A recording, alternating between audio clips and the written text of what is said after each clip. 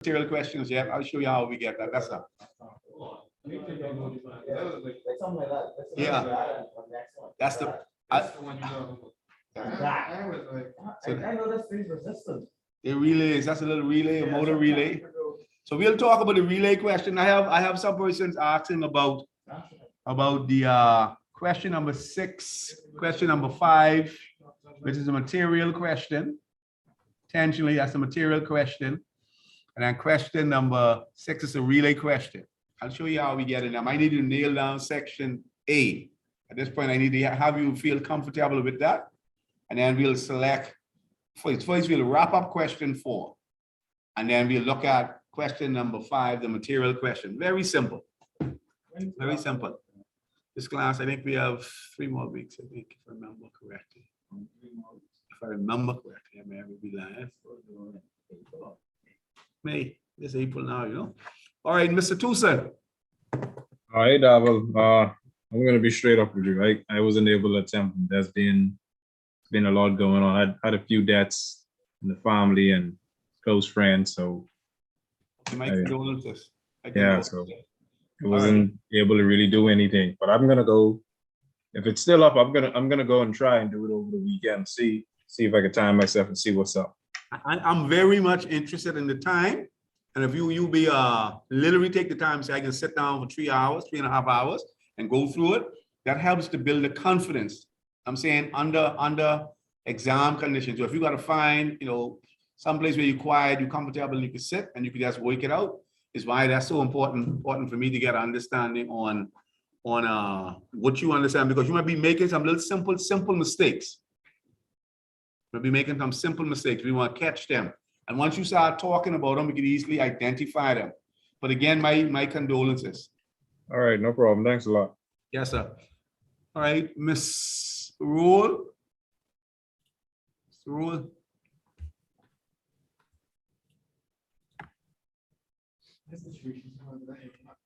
Yeah.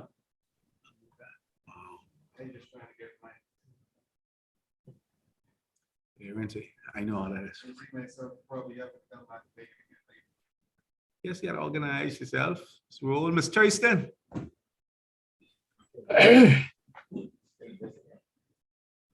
Miss Tristan.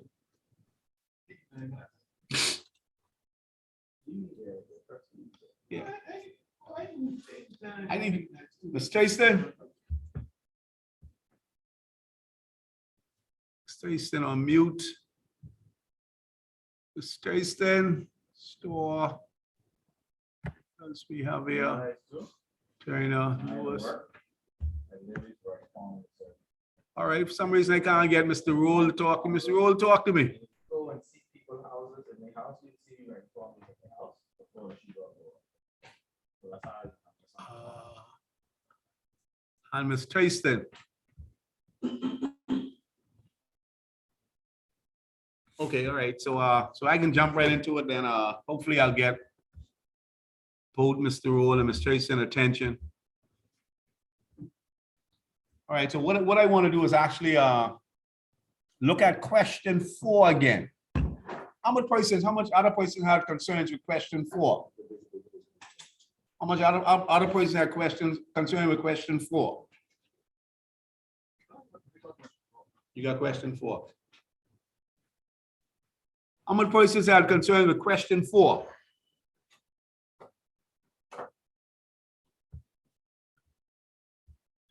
So everybody got question 4 unlocked.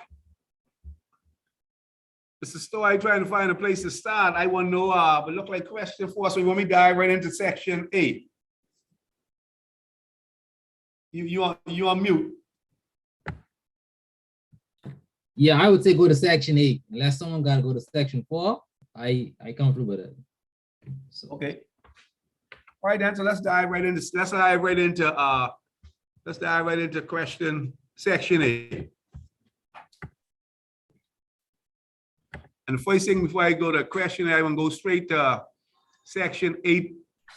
Section 8, because if you can be able to deal with question section A, you got to be able to understand the interpretation. And understand the interpretation from section 8. And that's, to be specific, section A200.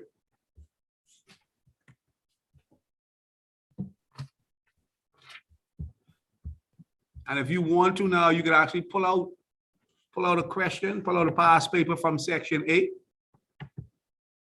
Any one of them. Let's do the same one we had from the mock the other night. Okay, you have it in front of you? Everybody, I remind the person to bring a centimeter or have a centimeter ruler. No, I ain't have it in the front of me. Yeah, man, listen to it. I tell you, bring your centimeter ruler. If you want to do it, that's what you can need. That's a tool you can need.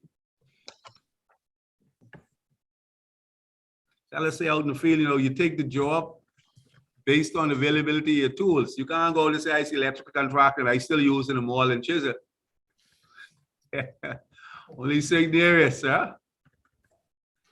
Why they get good friends like Mr. Davil, they can go to and borrow a tool. That's right. All right, that's cool, okay.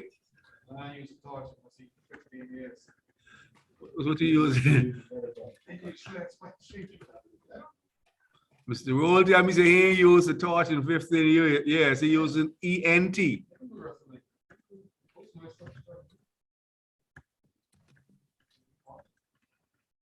Yes, putting back. Right. All right, then I understand.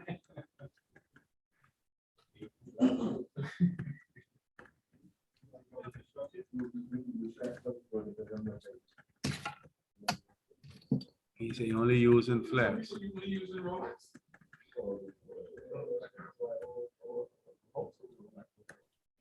Them days finished, man. Well, oh God, I'm expect PVC. Or you talking BX? I see fellas have screw the plates. The man, fellas have screw the plates, screw the outlets, Mhm. and then the outlets in we screw them down. Oh, I have one inside the box. I was just getting rid of it. Them damn jokes.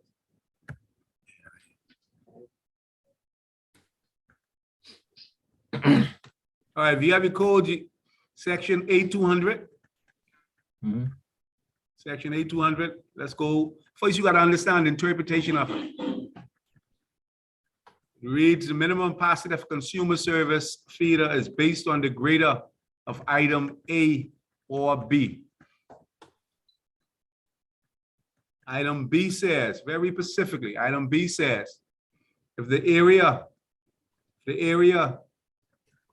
is 80 meters squared or more, you use 24,000 watts. Or if it's less than 80, you use 14,400 watts. So that's important. But before we can determine if section B is greater than section A, we have to apply section A200A, sub-rule A. And when we look at section A200, sub-rule A, it sends us to some specific areas. It sends us to some specific areas.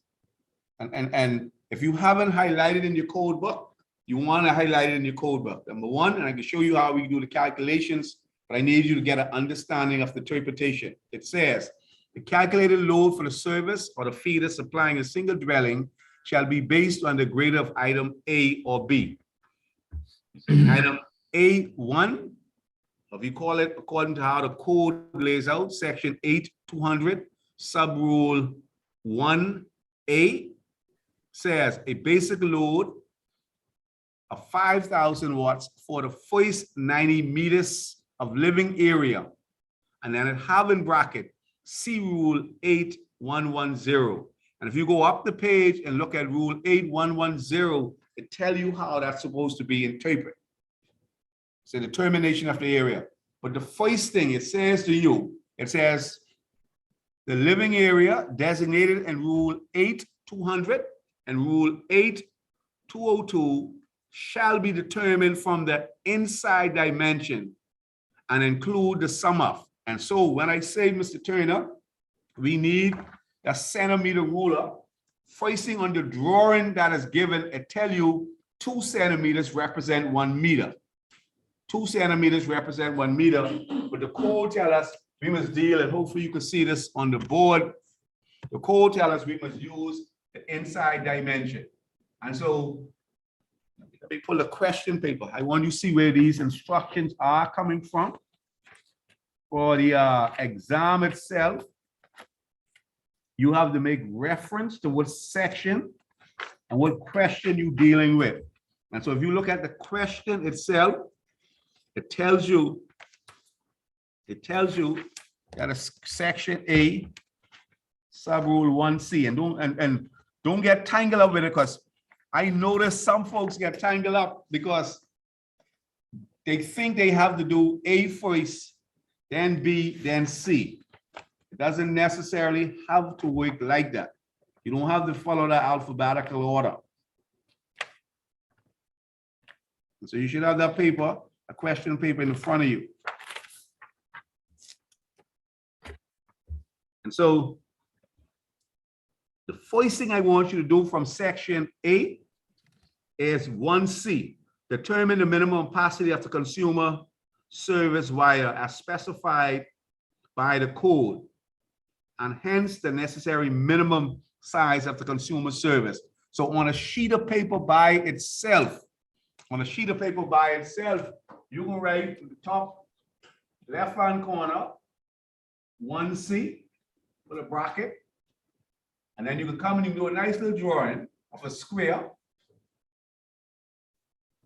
And you can say the area, or A, is equal to the length times the breadth over 2 times 2.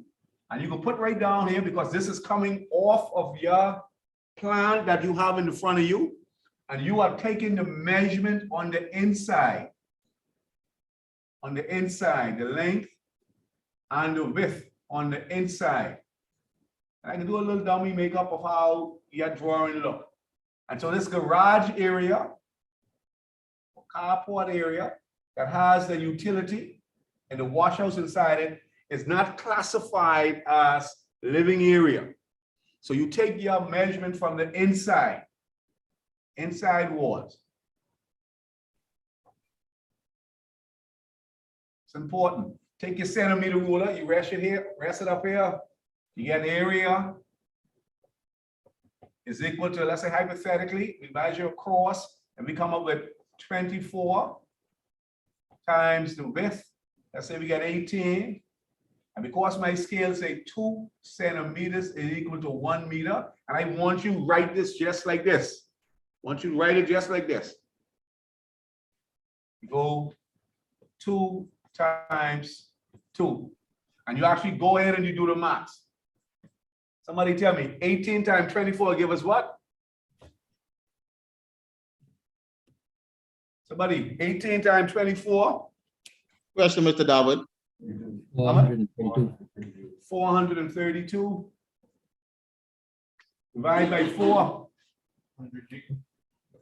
Area equal to 108. Give me 1 minute, Mr. Trainer. 108 meters squared. All right, everybody see how we got that first? This is extremely important. You also put on top of here, section 8-110. Because we just read from section 8110 that we must get our measurement from the inside. So I want to see that up there. I want to see that rule number up there. Yes, sir, Mr. Turner. So what if the measurement fall in the points? You put the points. So if you measure, that's why I tell you to bring that centimeter ruler. I have the ruler here. I have the ruler here. Have the ruler. All right. So let's say, for example, you got your centimeter ruler. And let's say that's 1 centimeter. Let's call it 1, 2, 3, 4. And I can jump to say 20. I can jump to 24. 24. And then over here is 25. So I count the little lines in between here. When we come to this 1, 2, 3, and I count the 24.3, you put up here 24.3. Okay, all right. All right, sir?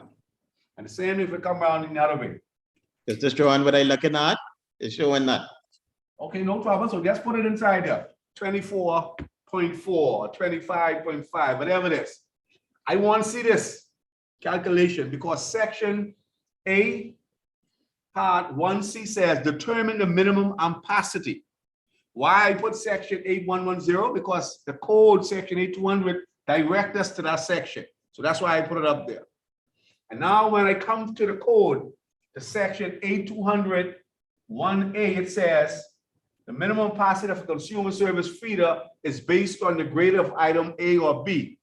And then it tell me the first 90 meters squared is 5,000. And the second or every portion thereof is an additional 1,000. And so all I say to myself, I look at this 108 meters squared. I know 2 9s are 18 or 2 90s is 180. So I know my first 90. I know my first 90 is equal to 5,000.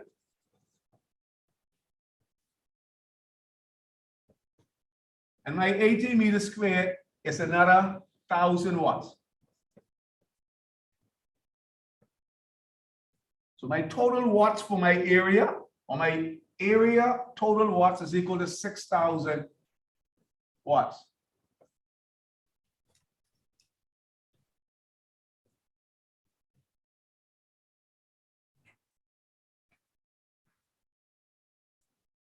Any questions? Anyone, any questions with this so far? This is valued, gents and ladies. This is value 15 points. This calculation is value 15 points. The least from section A. However, this is the most important section. Anyone have any trouble, had any trouble with calculating first the area total watts of the plant? Okay. Good. All right. So I'm back to the code. I found my area. Mr. Dowell. Yes, sir. Yeah, I just joined not too long ago because I just get off from work. Trying to figure out what y'all got going on. We on section 8200 from the code. From the mock, we're looking at section 8, and we just calculated the area of the plant. We just calculate the area. If you have your code book and you go to section 8200, it tells you before I can determine what section is the greater from section 8200A or B, I need to calculate section A. And the first thing in section A tells us that we need to find the area total watts. And the code said the area total watts is found like this. The first 90 meters squared is 5,000. And every 90 after or a portion thereof is an additional 1,000 watts. When we found our total area, our total area came up to 108 meters squared. And that is where we are thus far. Good? Yes, sir. Yes, sir. Okay, you have your code in front of you. Yes, sir. Okay, so my first step, section 8200, and calculate my total watts area was the area. Now I'm looking at the code. The code tells me that my third step, it says any electrical spacing load provided for with a demand factor as permitted in section 62, plus any air conditioning loads with a demand factor of 100% subjected to rule 81063. And if you go up the page to rule 81063, it says where it is known, and I'm going to read it for verbatim so you can see where I'm getting it from.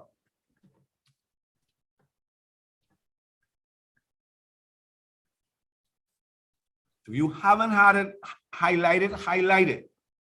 Section 8106, sub-rule 3.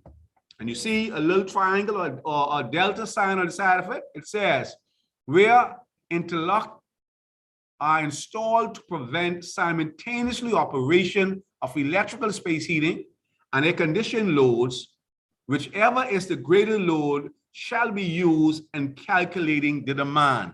And so foisting. You're foisting. I want to read that again because this here is extremely important. Let's go again. Section 8106, subrule 3, where interlock are installed to prevent simultaneously operation of electrical space heating and air conditioning loads, whichever is the greater load shall be used in calculating the demand. I want you to have that highlighted if you haven't highlighted it as yet. So you know that from section 8106, you say to self, do I have space heating and air conditioning on this plan?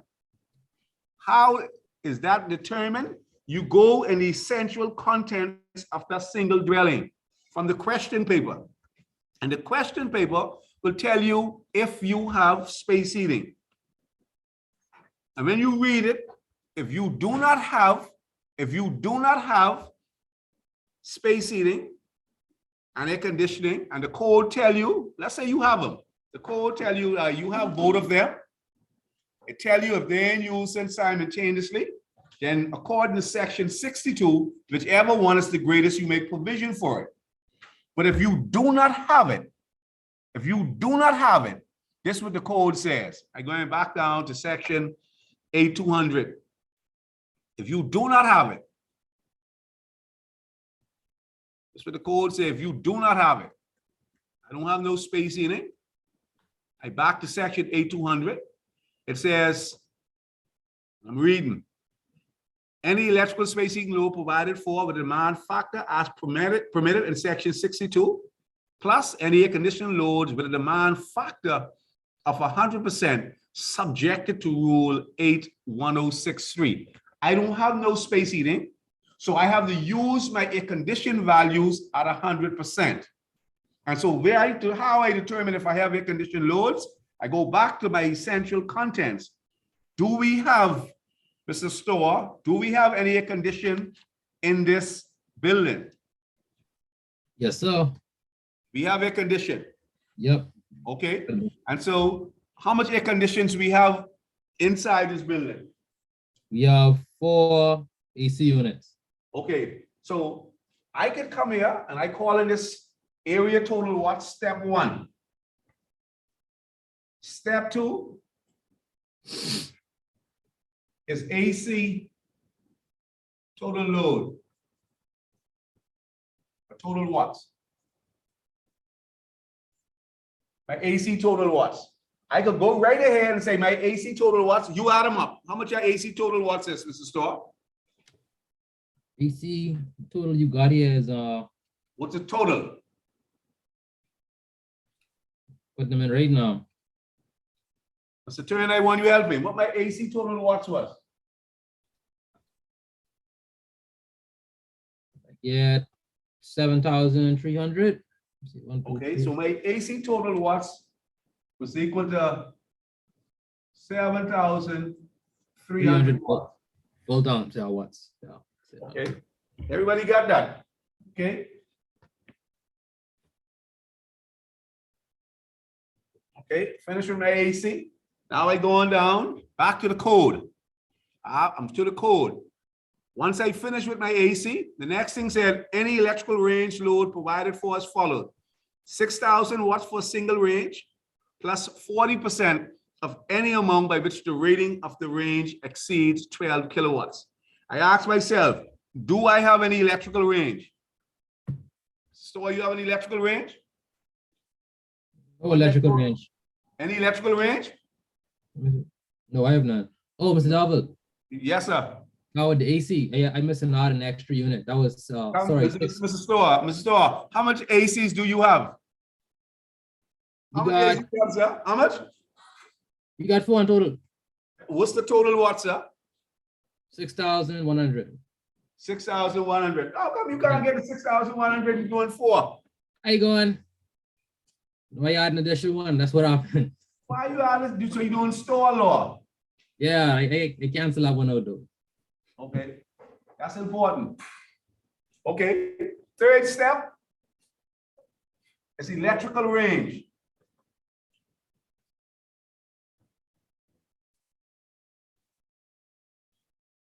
Electrical range, you say do we have electrical range? Do you have electrical range, Mr. Store? No electrical range here. All right, so we put 0 watts. Everybody follow me with this. I'm going back to the code.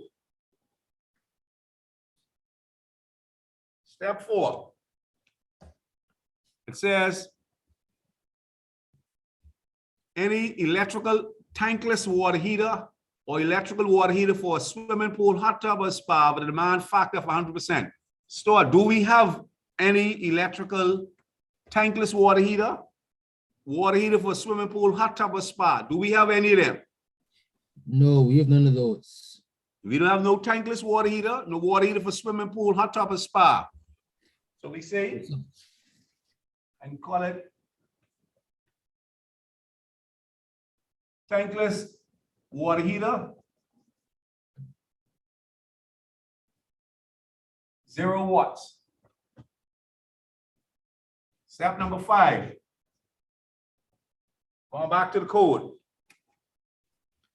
Code says, except as permitted by Rule 8-10611, any electrical vehicle supply equipment loads with a demand factor of 100%. Do we have any electrical vehicle supply equipment, Mr. Store? Yes, sir. We have one for You have one? 8,000 watts. That's electrical vehicle supply? Yeah, electrical vehicle supply, 8,000 watts. Okay.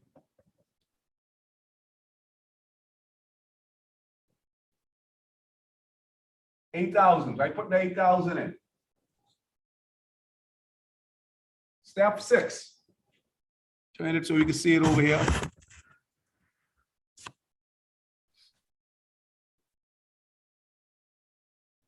Step 6. Going to the code.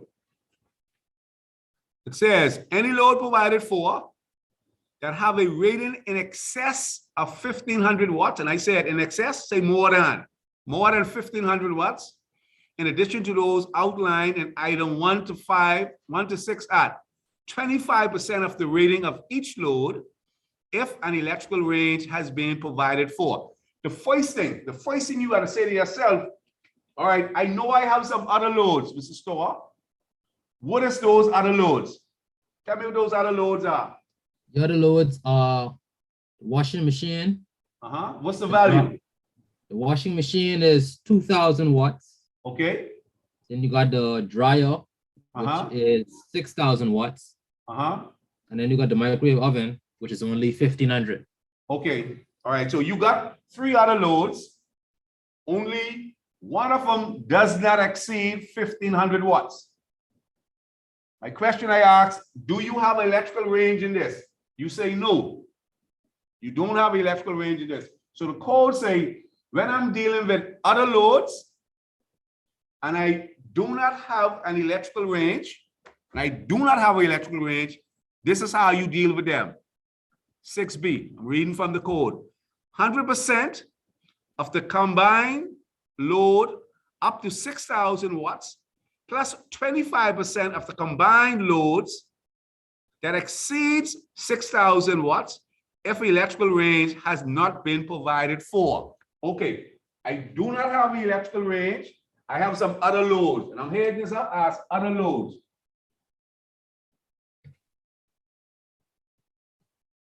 My other loads, the first one you say is a clothes dryer.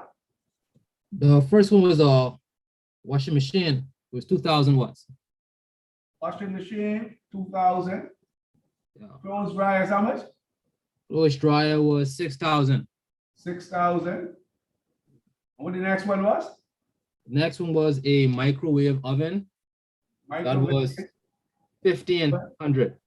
And so that's 0. Right. I don't put that in there.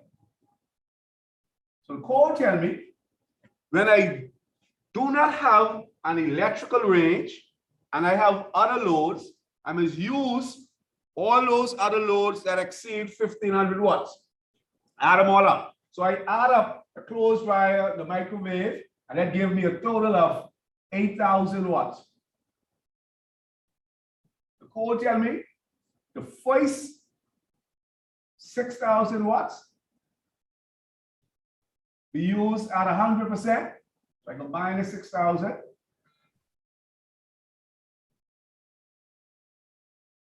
We know that. We put inside bracket for 46,000 at 100%. And then the remainder, we find 25% of it.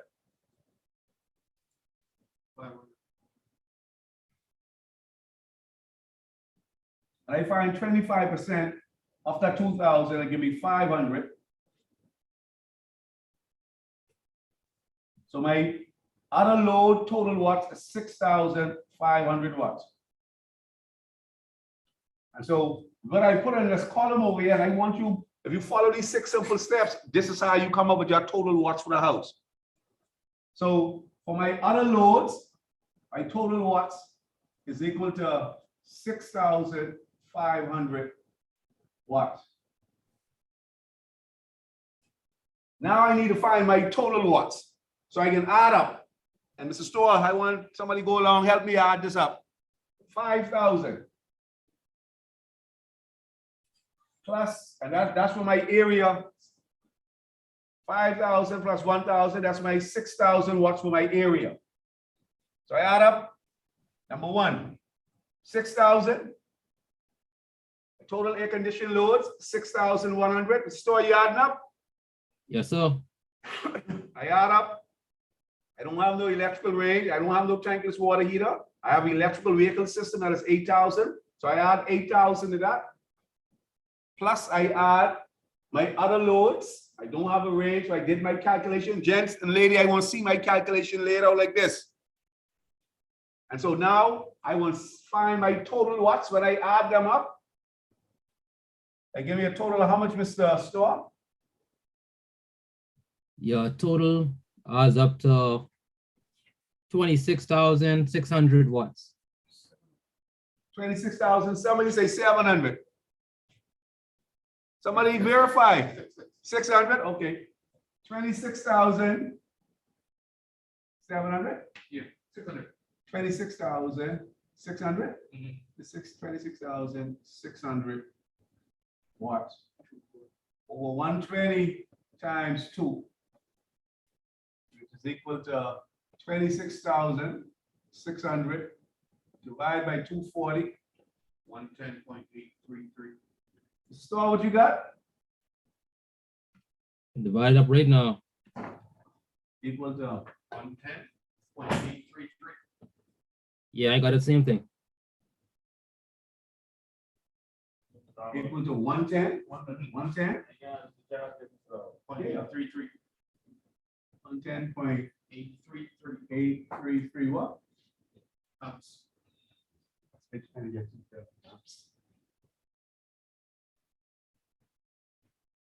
Okay, so and sorry when I put this watts. Make sure I have watts. Yeah, okay, no trouble. All right, so my total or my minimum ampacity.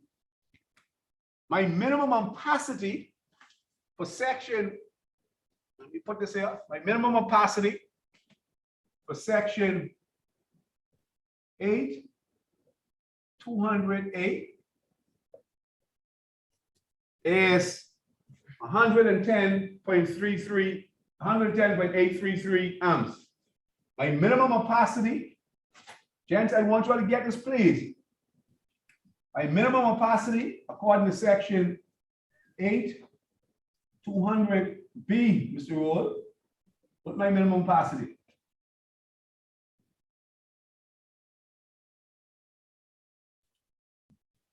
What my minimum ampacity for section 8, 200B is? Anybody help me? What is my minimum ampacity for section 8, 200B?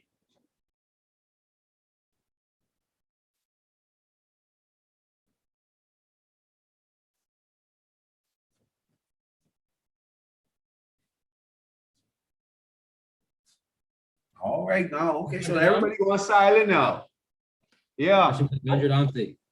supposed to be up? 100 amps. 100 amps? Okay, explain where you got 100 amp from. So when I look at John, section- take the board a little bit off the camera over a little bit, eh? So, Yes, sir.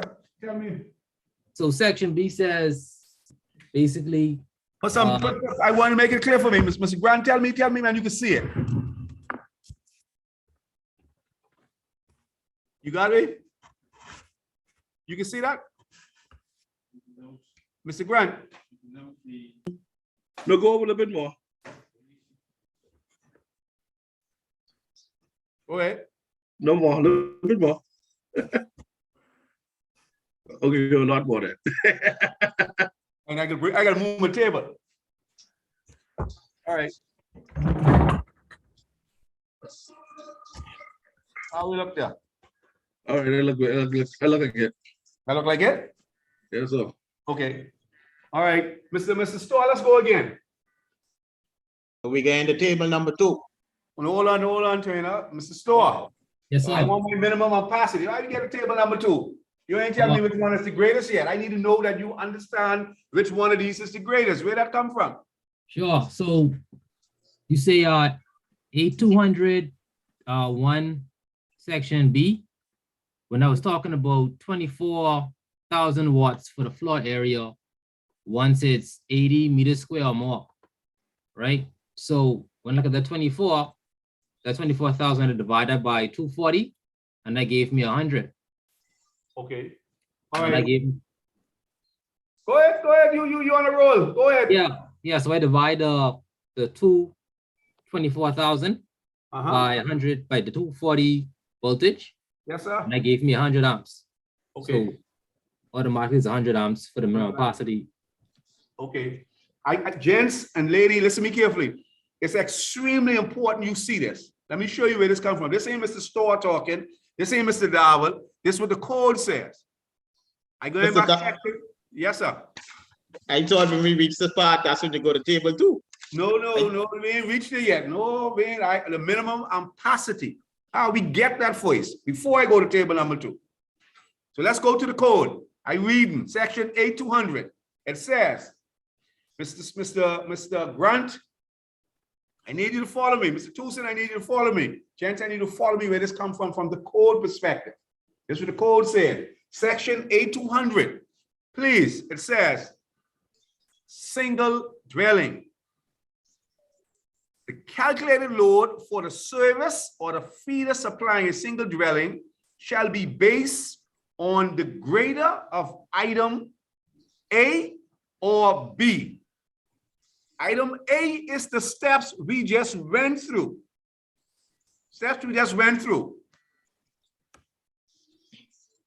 Item B says, and this is where Mr. Store is reading. And you see how I have it labeled where I said section 8200B? It says, I'm reading from the code, verbatim, says 2,400 watts with a floor area, exclusive of the basement floor area, is 80 meters squared or more. How I know that my area is 80 meters squared or more? I went, Mr. Grant, to where we did our calculation. When we went on the inside, and we came up with our area total watts was 108 meters squared.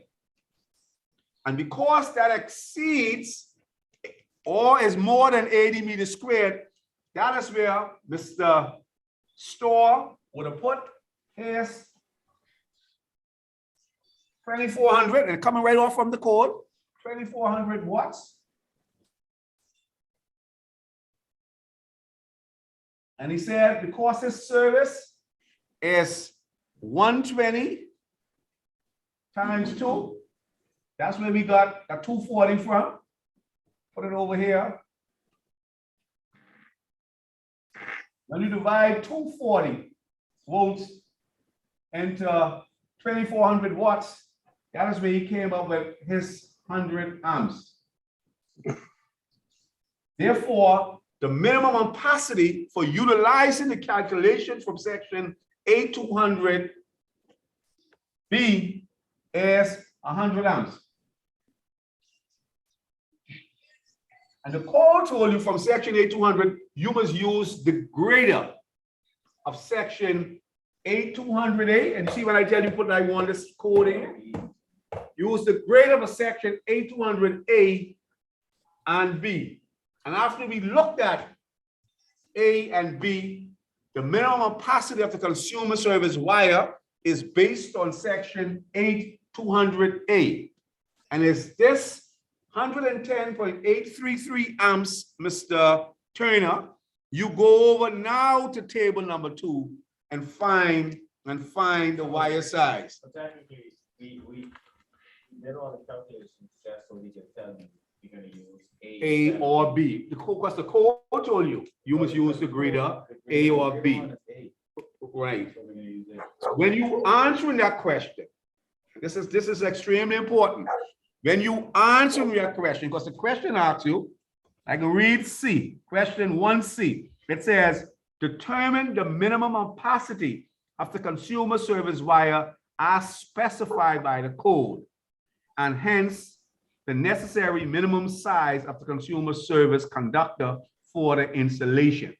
And so therefore your answer can be the minimum capacity of the consumer service feeder is 110.833 amps. And the conductor size is, you gotta go to table number 2. You gotta tell me you're going to table number 2. CD? So you can close wire. Right. Washing machine, microwave oven. Okay, so you gotta tell me. And again, this ain't your answer. You gotta write me your answer out.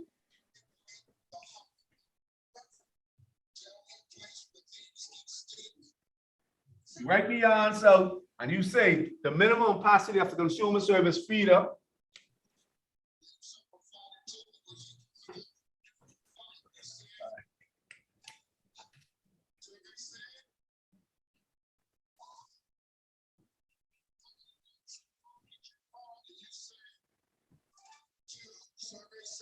minimum capacity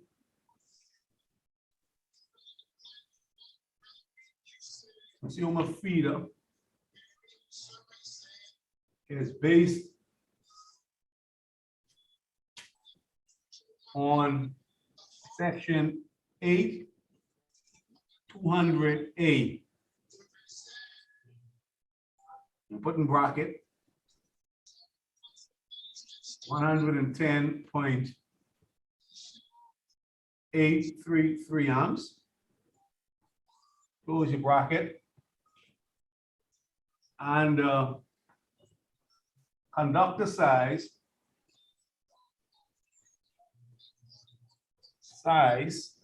So tell me what size conductor you're using. All right. Conductor size is what? The conductor size. We going up to 60 or 75 degrees. Column number 2. Column number 2. Yeah, column number 2 go from the code. Oh, column number 2, then that's 0. 1 odd? Okay. Yeah. No, Okay, now this one area. odd, sorry, yeah, 1 odd. All right, what type of insulation you using? They The question paper can tell you that. Look at the question. TW. TW. Yeah. So, and you got to put that inside. So the minimum capacity of consumer service feeder is based on section 8200A, and you put down for it. And the conductor size is number 1 odd. TW. Just TW. Just TW. It ain't saying Okay, TW. They say TW 75. no. Okay. TW. That's your answer. Put that in the bracket. Get the wire size. So you just told me the minimum capacity. And you want to go on here. Very important, gents and ladies. It's the number 1 or TW75. And then you can say, based on table number 2, because that's where you got it from. Right. Mr. Darwin, you could point the camera down for me, please. Okay.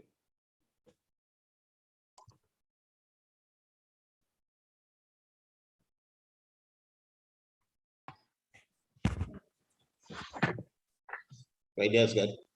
All right, we say the minimum capacity of the consumer service feeder is based on section A200A, and then you have the ampacity.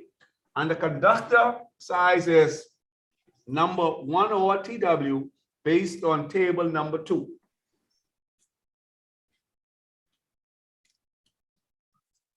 You give me that and I give you 15 points. So Mr. Darwell, number 1 cut and white? Look at table number 2. You have your code book? Yeah, I see. It's saying 110, Pull your but code it's book saying, out. yeah, I looking at it. It's a, What it say? it's a 110. But that little point something, that matters? It take 0.08 of an amp to kill you. Your calculation rate, sorry, your calculation rate about that, let's say 6,000 watts minus 6,000 watts. So, all right, so where this come from? This from section A200 here. And so the code tell us, we don't have a range, we have other load, add them up. We add them up. It says the first, I probably should put a point here, the first 6,000 at 100%. Hello. You know, what do you ask me? So it's a. First 6,000 at No, 100%. in class right now. What's up? And so we took it away, and the remaining 5%. So you said. All right, I come to the field tomorrow. I come to the field tomorrow, not a problem. As soon as I get my car up and running, hopefully before 12 o'clock, I can come and see you. 100%. Yeah, 6,000. All right. What else you call it? So the first 6,000 is 100%. If I don't have the electrical range. You minus 800, I mean, 6,000 from 800. From 8,000, So that remains 2,000, 25% of the bill. 500. Yeah, then we add them up. That's a dollar question. Yes, sir. You can take a digital version of the code and then come up. They promised to give me clearance this week. That's the biggest fight. Let me see. You in the WhatsApp crap? No, sir, I didn't get out of it. You ain't get out of it? It was a legit. You in the WhatsApp chat? I want to take a picture. Let me see if I get it. take a picture, I can tell you. You can send it. I want you to send it so they have a chat. It's important. Let me see if I can get it. Oh, Mr. Darwell, I have a question once you finish.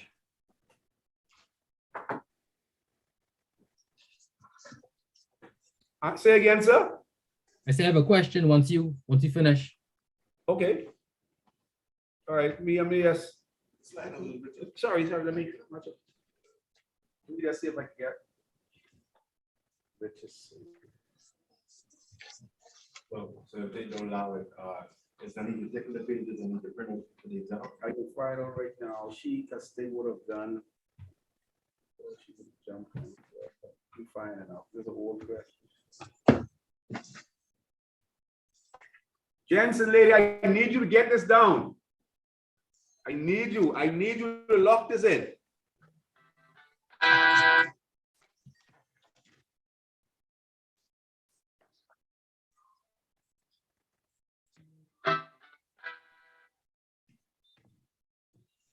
It's on one separate sheet of paper by itself.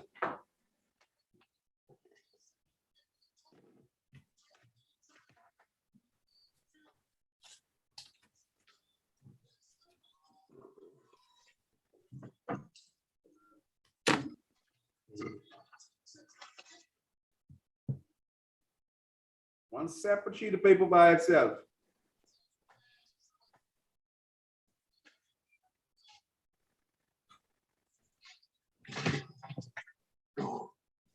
And your name to the top. Your name up to the top, nice and neat up to the top here. Just value 15 points. So that's 6,500. That's 6,500. Miss, what you say? Where do we go from there? You have a minute, couple questions for you. Dion, I had folks asking about Dion's digital code to be able to take an exam? What is, how you was Every reading code that? book, we get the 1 week. Then we get the- Single every phase? code book, total- Sorry, single phase. So it's for every 90, the first 90, it's No. $5,000.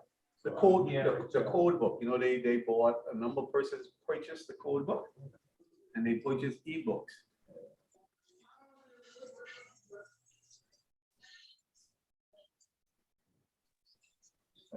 You are, so you know what you're talking about? Just we didn't have a range, we add them up. Okay, right. Okay, good. All right, now I just trying to make sure. All right, so you know we need a code book for the class, 5% of the daily one. right? Then we add up the other. That's all it is.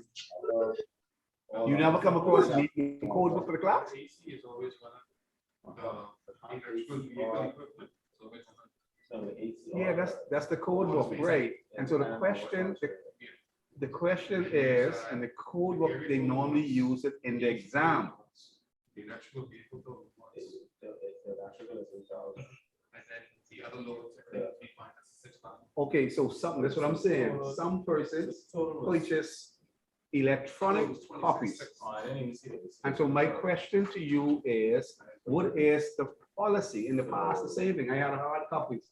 What is the policy? I had that question put forward to me on a number of occasions, and I was supposed to ask that.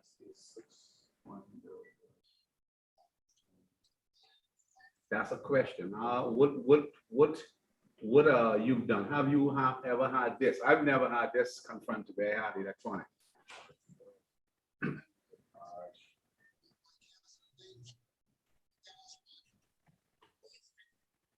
Okay, so now then, that's a policy, right? Because it means if I'm given, there's no programmable calculators, et cetera, in use in exam. And if I be so specific and tell them what the printout, it almost like me saying, I given you the sections to look at, the part of being able to write.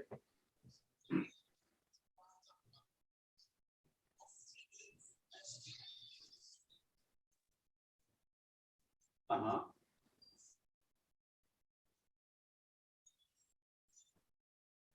So we have a CSA, you was able to download the code book? Do we have? On their computer, so it's on their laptop. So I'm saying you allow it, so it's okay for them to bring a laptop in the exam.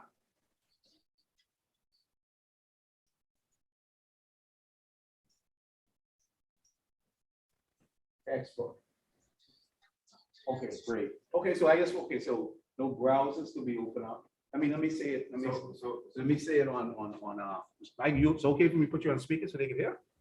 So I'll give. Yeah, okay. Okay, what the question is? Oh, what if you can't get a laptop for this now? So what if you can't get a laptop for the exam? So let me do one at a time. So gents, folks in Zoom land, when the brothers in the front, two things. I have Ms. Richardson online. So folks with the electronic version of the code, you are able to bring in a laptop or a device. However, only you cannot have no browsers open. Am I saying that correctly, Ms. Richardson? Yes, no browsers open. If you have a browser open, it means that you're searching. Right. So no browsers are allowed to be open during the exam. Right. So you should have already downloaded the code book. Okay. So once you've downloaded the code book, you have free access to it. So you don't need the browser. good. So everybody got that. So it means in the rooms, no internet. So you make sure to kill all internet access to wherever room they do the exam. You don't need the internet. Internet, because right. you've already downloaded the code book. How do you access it if mine's on their site? See, all right, so this is what I wanted you to say. All right, so for example, so listen, and you want to go back. So what, two things, how CSA, Ms. Richardson, how CSA sell the code book? They allow you to download it. So Mr. Rule, you got to download it on your, just like how Ms. Richardson said. If you don't want to download it for space purposes, then they give you a code that will always be able to go to CSA store. I think that is what you're doing. For the exam, it have to be downloaded because we can have. Yeah, the challenge with doing it that way is that he will need to browse during the exam, and Right. that's not permitted. That's not permitted. That's correct. So what he needs to do is if he needs to go ahead and perhaps purchase a USB or a flash drive and put it on there if he's so concerned about storage, but you won't be able to browse. Right, okay, so we got that. So what if we don't have a laptop? So if you don't have a laptop, question is, if you don't have a laptop, you got some more time to get a laptop? You got some more time? If you don't have a laptop, perhaps you have a tablet. You have a tablet? No. You have a code book? Okay, then you need to perhaps You purchase. have a digital code book. I don't have that stuff in the phone. Okay, so you have, get a what do you got, UBS, right? A USB drive, right? Get one of them and download your code book on that. Okay. Ms. Richardson,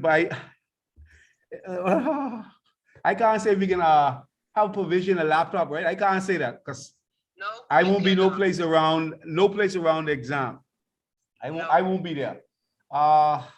You got some kind President, though, of. he does, When Mr. is Dawa? your exam Huh? schedule, please? When is your exam schedule?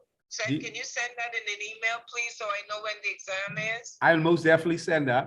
I'll send that. So the, Who is invigilating it? I haven't, I thought you can vigilate it. No, I usually, when I'm aware, Uh-huh. and it's usually during the day, I usually have my ladies rotate a schedule, but I don't know when your exam is, so I can't assist with that. Okay, And what then day, also, what day is the next exam? What day, Bristol set his exam? it's the 14th of May. May, so it's more than likely it'll be the 14th of May. If it is the 14th of May, you just gave me more work. Now you have people, where your students, which cities? Okay, I got somebody in Freeport, Mr. Grant, you in Freeport? Mr. Yes, Taylor? sir. Freeport exam is the same day, so whoever's in Freeport will have to get to the Freeport campus. Okay, what about, anybody from Abaco? Anybody from Abaco? No, so nobody from Abaco. So everybody else is from New Providence. Okay, good. So the exam, what time you have it set, Ms. Richardson?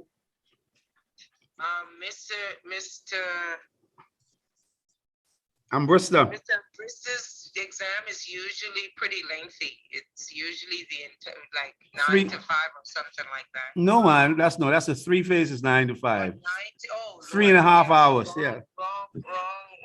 Wrong exam. Y'all have too many exams, okay?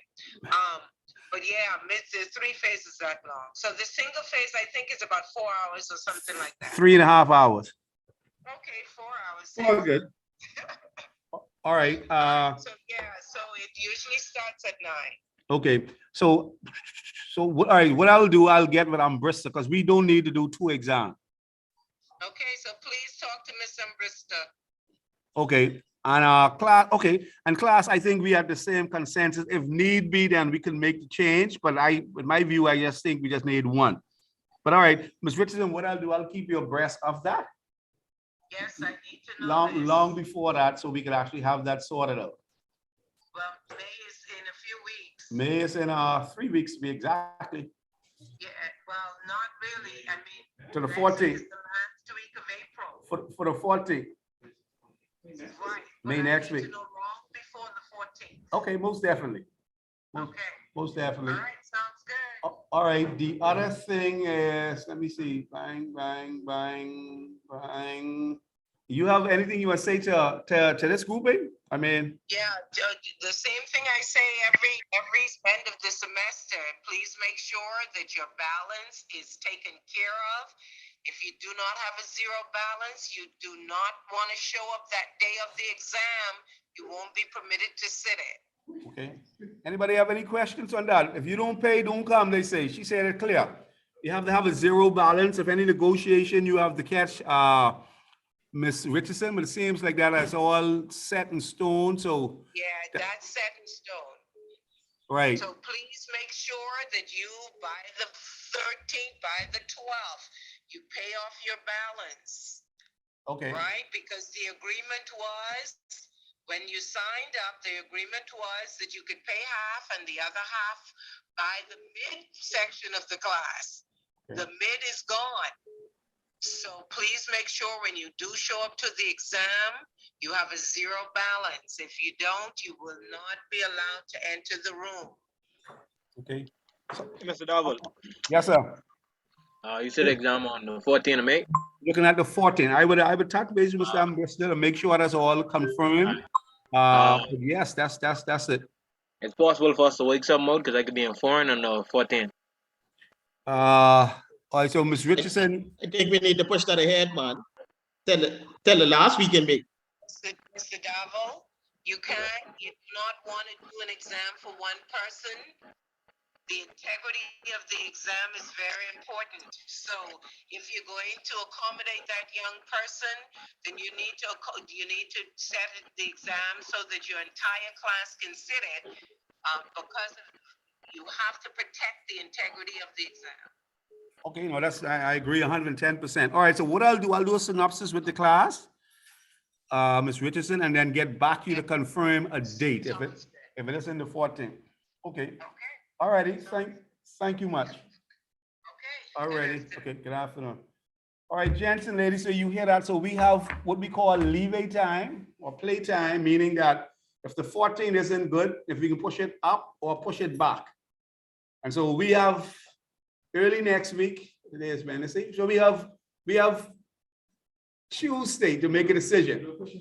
All right, so we'll do a synopsis as a group to determine if we need to take it back a week or two or move it up a week or two. So we'll discuss that. We still have some leeway time. I think we could drive that. So we don't have no one disadvantage. All right, so that's our 5 cents on the code. Code electronic, I think we answered that. I think pushing it back will give me an opportunity to be in Freeport. Let me go over there. To be in Freeport, so I can look at if I could do something in reference with being over in Freeport during the week of the 14th and then push it back. So I got something on the sleeve. Okay, all right. Darwell, I know you recommended that we get a stencil set that has like electrical symbols on it. Do you have any information in regards where we could be able to acquire one? So I say electrical symbols. I just want little circles. Or just the basic circles? Yeah, so if you go on top of the hill by the bookstore, right opposite Nassau Glass, Yeah. they have them, and then Boss right down the street where Super Value on the same street have some. All right, then. I'm gonna have to go check that out. You want to look at a ruler that has two different size circles. You have one for the light and then one for the receptacle. That's what we're talking about. All right, so we ready, pop inside. Go ahead. One Yeah, question, Robert. You have a ruler that actually have it. So, yeah, go ahead. Yeah, when you was telling us about the minimum capacity, you was telling us to write that out. The minimum capacity of the consumer feeder is based on section 8208. I was wondering if I could just put the minimum capacity and I could put the answer and I could put section 8208 there on the side of it instead of having to write out too much stuff. So all right, so let's look at the question. Let me read what the question say. The question say, determine the minimum capacity of the consumer service wire as specified by the code, and hence the necessary minimum size of the consumer service conductor for the installation as planned part Alpha and Bravo. So you say you want to say, tell me what you want to say. I was saying if I could just say the minimum capacity and I could put the answer and I could put like 8200. Minimum capacity of what? Well, of the feeder. Minimum capacity of the consumer service feeder. Yeah. And I just put based that. on. You guys want to answer all the wording. You ain't got to worry about the spelling, right? I said don't worry about the spelling. Everything is right on the paper. Yeah, then the spelling, just trying to like cut down some of the writing. That's all. You gotta be careful how you say it. Don't worry Yes, you got to be careful how you say that, right? And that's why, right? And that's why I want you punched out just like this, because it can speak to what they asking you, the minimum capacity of the consumer feeder. Mhm. I say minimum capacity of the branch circuit feeder. That's a totally different something. What is the consumer service feeder? What is the supply feeder? Right. And what is the consumer feeder? And then what is the branch circuit feeder? The one from the panel. And so that's why you want to be specific in these feeders that they're speaking about, because they differ in rules where you find them. And that is why we've been so specific. We said section 8200A. Follow me, sir? Following. Yes, All sir. right. And because we're dealing with copper is why we've been specific when we're using table number 2. Got me? Got you. All right, sir. The 15 points. You don't tell me this rule number, that's 2 points gone. You don't tell me table number 2, that's 2 points gone. You don't tell me section 8110, that tell me utilize the inside dimension. That's another 2 points gone. Yeah, but it's according to the code. That's pretty crazy. I agree with you. So they get the whole thing wrong, I still guarantee my 6 points. If you get the whole thing around, I mean, if I don't put no rules in. I can tell you exactly where the rule come from, what section. Uh-huh, I get all the numbers wrong, uh-huh. but I put 8.1.110. Get that, that's 2 points. But it says in accordance with it. So if you don't follow it in accordance with that, if you misinterpret, listen, Mr. Roll, that's a good question. Mr. Storr, Mr. Rolls, and Mr. Darwin. If I put the rule numbers, right? But I still get the wrong ampacity, will I still get my points? But the code tell you in accordance with. So you gotta follow the step. If you have electrical range, suppose you in this case, you don't have electrical range. Special calculators, special answers. Special answer. But my thing is that the question can tell you, you should not use no programmable calculator. Can I use my calculator off my laptop? No, sir. Why? Because they only, if you go to browse and move anywhere from that code book, you're in trouble. They're gonna ask you, excuse me, sir, could you leave? I'm telling you. Oh, boy. Yeah, and again, I far away from wherever the exam is, I'm in La La Land. You see? So that's important. But that's like she say, the integrity exam is extremely important. It's extremely important. Why doesn't the school actually bring Jobs. certain learning books in? So You can bring one in we and photocopy it from few. for the no, but you trying to get somebody locked up, eh? That's plagiarism. What you trying to do? Oh my God! Doesn't matter. Don't talk to her. Yeah, you can. Yeah, you look. For example, let me show you in 1 minute. Gents, if you have the new Borcha code, look down to the bottom of your code. What do you see down to the bottom of your code? One of my codes? Yeah. They say yours. That's yours, right? And I mean, you ain't supposed to dub that because that's yours. Yeah. Yeah. And plagiarism is a serious thing. It's almost like, back in the day, Ronnie Butler, copyright their music and anybody can play it. They even got my nephew there. Yeah, they got all your name in there. Every information you put on when you was buying this book, they put down to the bottom of each page, 900 plus pages. Oh, your name. Oh, yeah, Mr. Darwin, you're right. I see it. One of them says Yeah, look to the bottom. Just licensed and authorized. I by see it. you. Yeah. Yeah, my name. They put your name and the email address. Yeah, so if you track out and say, well, listen, Darwin selling the code, he bought one code book, now he printing them off and he selling them, they will lock him up. Because he only supposed to have, if you read the license on the download and the copy, it tell you only have rights for 2 or 2 instruments you could put it on. So licenses say who get it, who buy it. Who buy it, yeah, you. Okay. So I didn't buy it. So, Mr. Darwin, Yes, sir. when you do it offline, you saying you can't print it out? Somebody in Kansas is there. Huh? Power internet. You saying when you purchase it online, you can't print it? Yeah, you can print it out. You could print it out. It's gonna be, it's a big challenge to print it out. But again, to the bottom of it, yeah. That's a long way trying to print it out. Yes, sir. But you walk around with a whole box of books. All right, so this section, listen to me. I will move from this because this is extremely important. My next step comes to the construction of my riser, which is 20 points. So you got 15 and 20, that's 35 points. Because once you found, Mr. Roll, the correct minimum ampacity you now could determine the size of your, and we don't know the overhead conduit is a 53 millimeter. You already know that. So you could go right now and do section A1D, which speaks about the draw a line diagram, laying out the appropriate details. Could I take this off the board? Do we have this? Yeah, that's it. You good? Oh, no, I need to figure out how you added the 6,000 from this side, the 6,000 from the total area, the 6,100 from the AC total lots, the 8,000 from the vehicle. Electrical range. 6,500 from Other loads? the other roads, Uh-huh. and your total is what?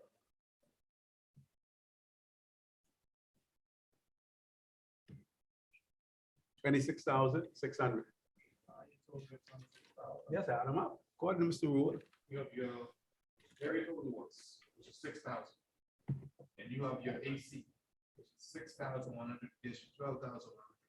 And you have the electrical vehicle, which brings you to 20,100.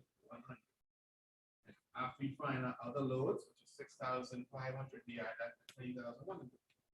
Oh, that's the dryer, microwave, washing machine. Yeah. Yeah.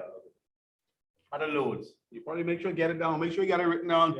Gents, make sure you got it written down clear so you can understand my bad writing. So when you sit down to study, but I want you to see where I got these 6 steps from. This come from the code, section 8200. That's where that come from. I want you to follow that.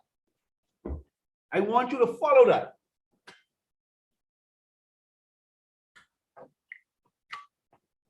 The parking question, Uh-huh. Abby, will we get the parking question? yes, sir. That's in section B. That coming. But if you don't pass section A, you can't pass the exam. If you don't pass section A, you can get 100 in section B. If you don't pass section A, you don't pass the exam. Vice versa.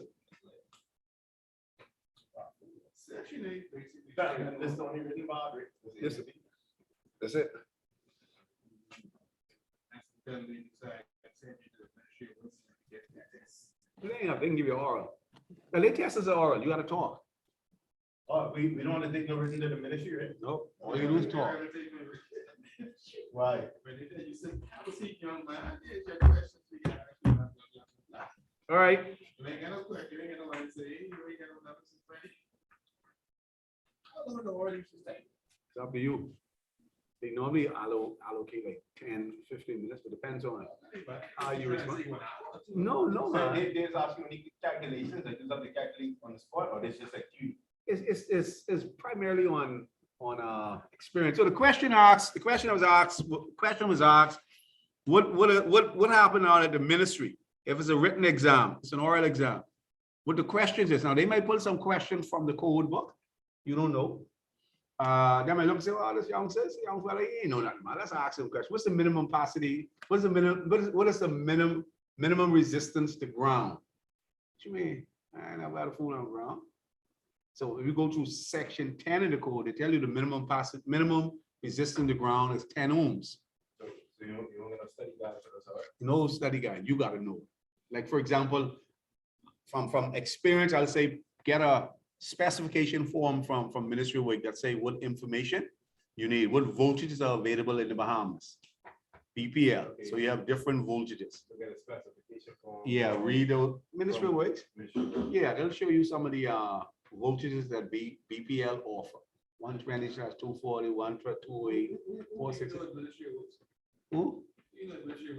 I know quite a bit of people at ministry. Good friends, good buddies. No. See none of them. They are hardcore fellas. So gents and ladies, I can rub this off. This is important. Important you understand these calculations. Important. I go in now to section A1D, where we can lay out that riser diagram. You take this off the board. However, I can be using the same number 1 or 1 odd that we have here. Same 1 odd. No much questions in the order you can get wrong. How much they ask you, how much you allowed to get wrong. It depends on you, because they may ask you. Mr. Double, Anything like that was set, they never set. I took notice, BBL 99 volts. BBL, You have two lines to talk. yeah, they You have the transformers and then you have 3 lines below. The 2 lines of thought is purely hot lines, so Yeah. Yeah, they want hot, so they too hot. And then you know when the what's side the of voltage on those? it now depends. If you look at the pole, look at the size, the year, type pole, it'll tell you exactly what the available voltage is. For example, on Sony Road or Prince Charles, if you look close at them, a lot of folks will take note. If you look close at them big ones, you'll see a stamp on them. 33,000 for those. Yeah. So they differ on depending where Are you look those at. lines still in use on the Eastern Road? But yeah, them over pole, look at it, when you're from sense. They just changed one. The right? They just changed one the other day, got a 12 knock it, now should be bad. How is there? Them lines look like They look small, like number 10. But yeah, oh, fella? Yeah. I believe he died. He mashed right up. I want you to look closely at those lines are copper. That's what I want you to look at those lines. No. They're expensive. Right. This is the best conductor. That's the best conductor as well. Cool. Good. What's wrong? Yeah, they only pick copper because it's more available, like less expensive. I can guarantee you one thing, they have plenty gold lines, there ain't nobody got no power. Yeah. Anybody walking around with gold. You ain't had no- You had copper. They, them bangers them can throw one wet piece of line up there, short that circuit up, go down, short that circuit up. You got that little pull line, you know, which disconnects that fuse. Yeah. Get your circuit on one side, All right. and they start that on the next. Yeah, boy, you gonna do that? What you mean? Do you remember they had a copper crisis? I remember that. Yeah, people come inside the Lambo, the hatch and close the eye and trick, wow. We're going. Yeah, but if you get a truck load of that number 10 and you mash that down. Any copper. All right, 1C, again, you want to do each part, each question on a separate sheet of paper, and you only want to write on one side of each sheet. That's extremely important. So we're doing 1D. You can put your name, Alex Carver, whatever it is, and then you can put now electrical riser, a riser layout. Label it. And this is what it says. This is the question. I'm reading from the question. It reads, hopefully everyone can see the board. It reads, draw a line diagram of the riser layout showing all the appropriate details which relates to part A, B, and C. So we already did the calculations for C. And why it relating to C, that is how we came up with the ampacity. B, this can come where we can help us to determine our distribution board. That's relationship there. So we do a nice little drawing of a riser. My recommendation, if you can start with section A, quickly before you touch the distribution board and touch the plan layout, do your calculation on 1C and then do 1D, do your drawing.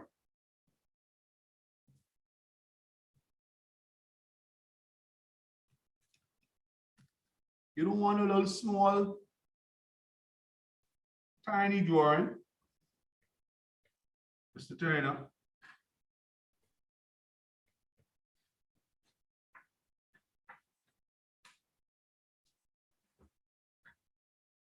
You want to use a ruler for this, it will be nice and neat.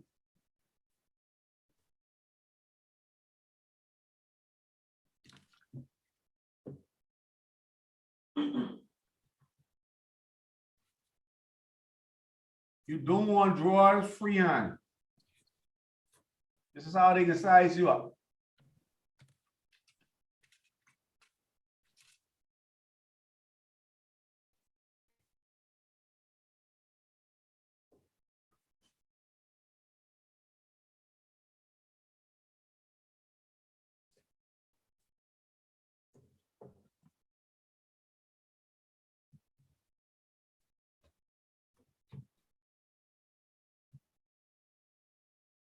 For the drawing, we gotta use pen ink, or we can use pencil. We ain't using no pencil and none of this here. No pencil.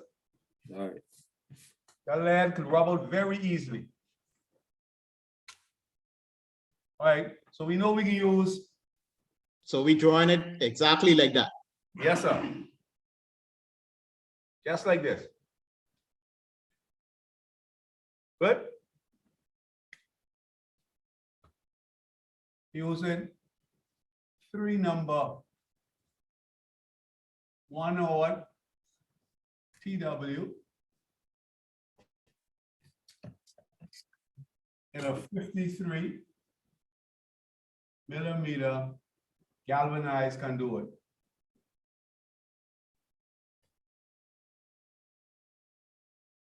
You want to spell it right up?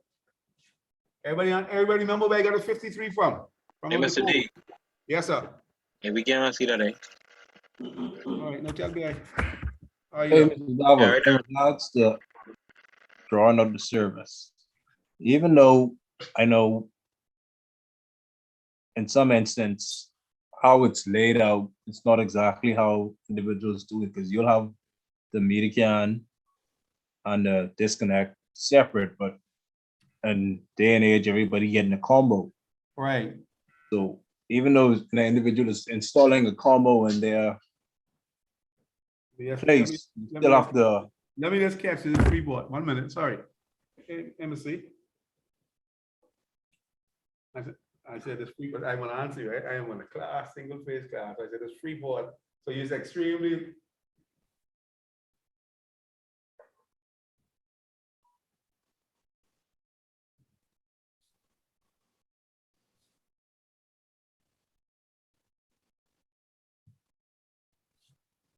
So we.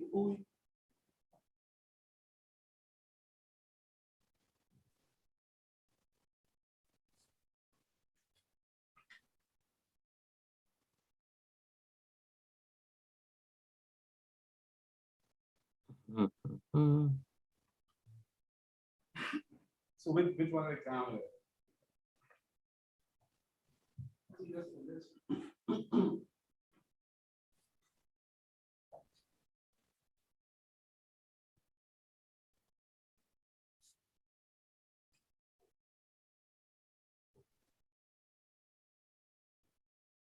All right, so I'm still on campus. And I said, what's going on with Luca? Something ain't right. Something ain't right.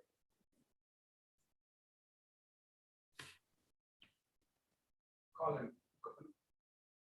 Alma.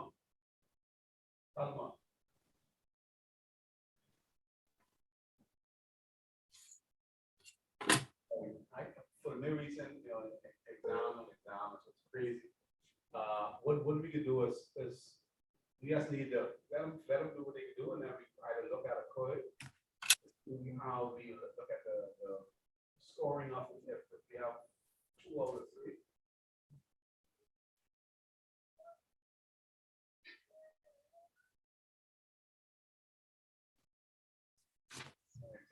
So what we need to do is, I mean, I can jump on it.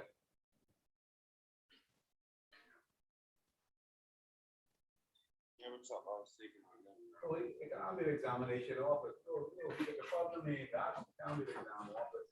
It got, it seems like it's the contents of the exam. Okay.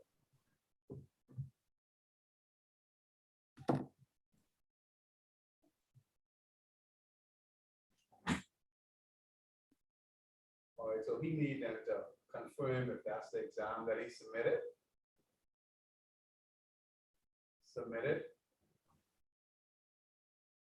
Right.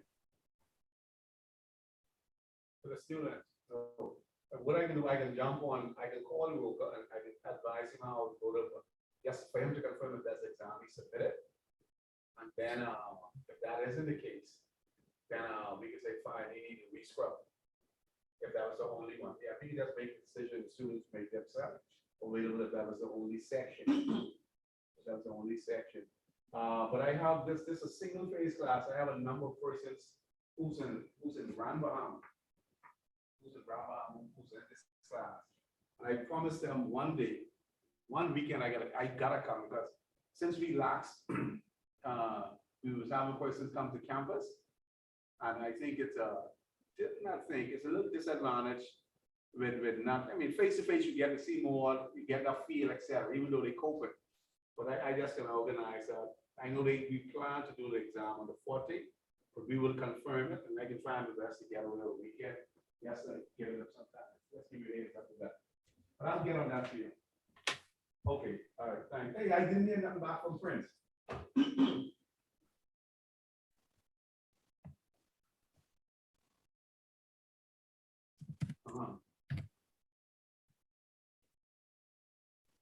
No, he said he had to find out a Wilson section registered and the whole down with stuff.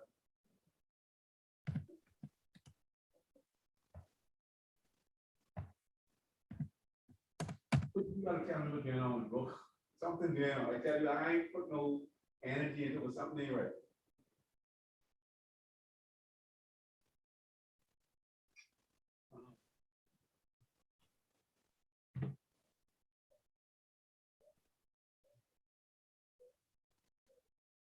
Right.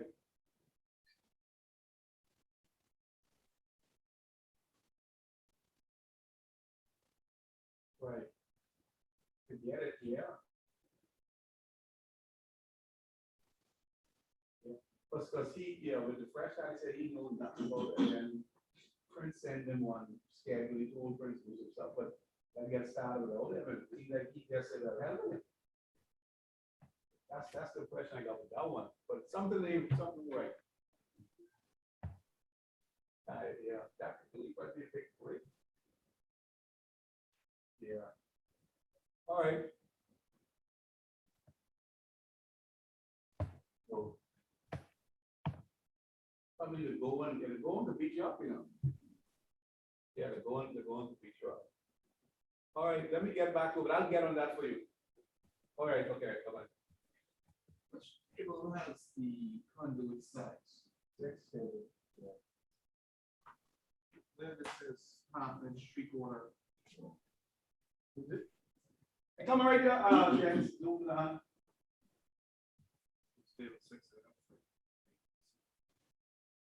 Like I said, this.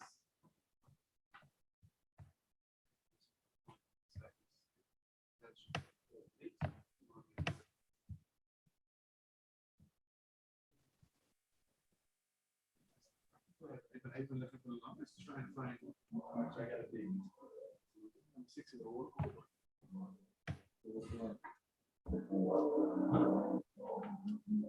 Yeah. Yeah, they're coming right there. Go back to the glossary, go in the back and see. I'm kind of looking over. I have Go back, you have it? I have it marked from.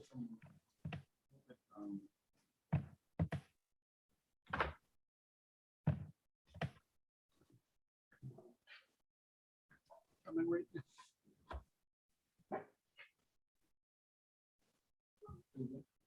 Well, excuse me.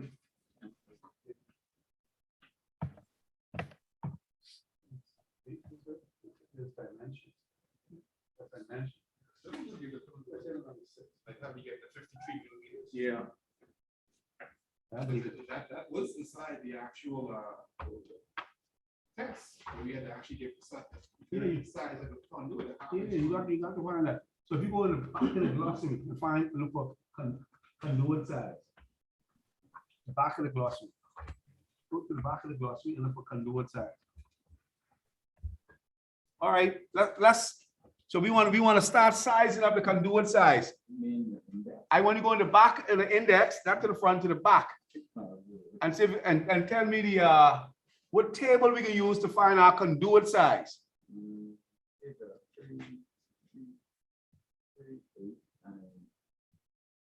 That's the rule number. Rule 38-02, 38-02. -012. All right. That's the rule number. Okay.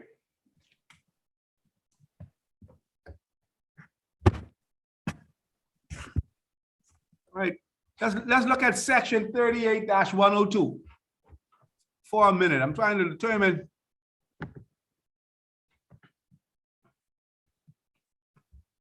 Which number again? section 01201. 38012. It says the minimum size of the bucket. Traveling table, the minimum size of the bucket shall be met. The lighting circuit number 14, AWG.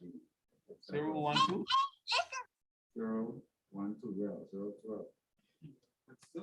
We want the conduit size. I want a conduit size. That tell me how many conductors I can have inside a raceway.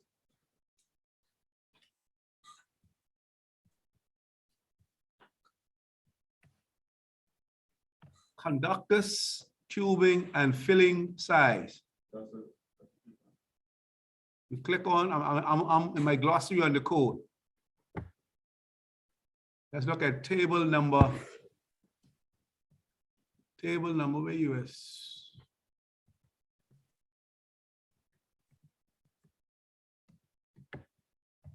Oh, come on. Yes, I do. Hold on.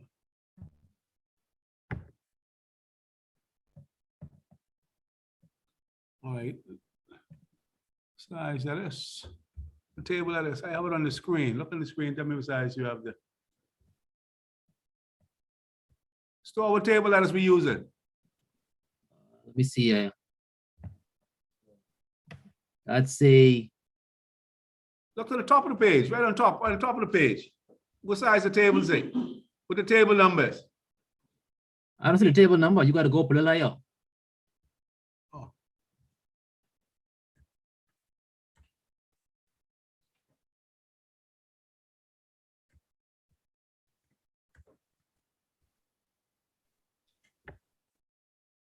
Oh.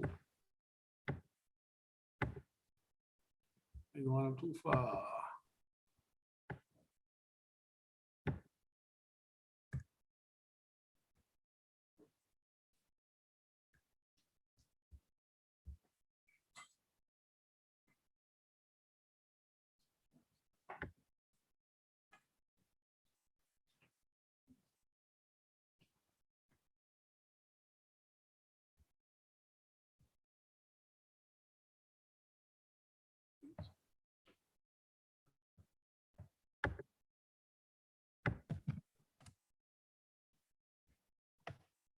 All right.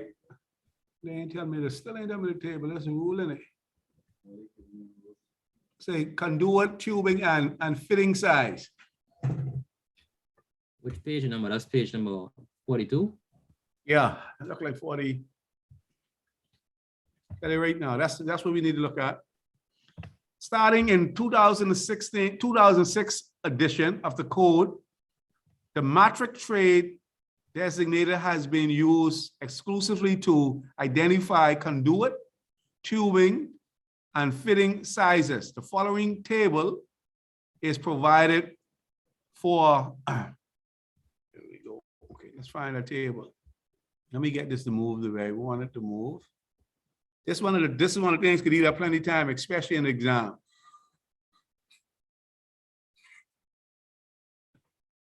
Look at page number 42.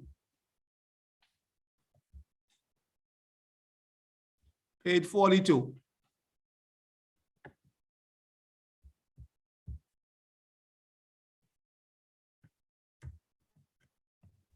Page 42.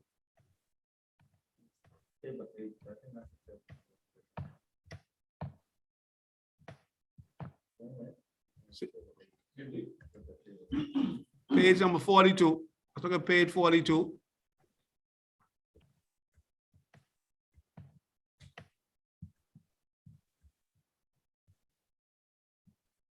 $35.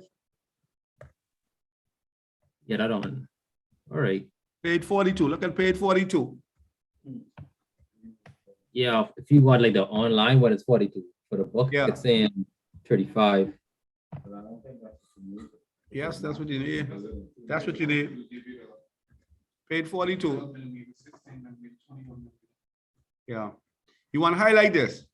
Apparently this changed. Oh, so it's 30, on online one is 42. In the book is page 35. I mean, in front of me, if you got it live, page 35. 87. 35 on mine. Yeah, I got 35 too. Page You 37 35? for the new book. 35 if you have the ebook, yes. Gents, you want, listen to me, you want, regardless how you use it, if you plan to use it by inside the exam, you want to highlight this table. This will be important for us labeling our riser. Go to page 37. It reads conduit, tubing, and fitting size.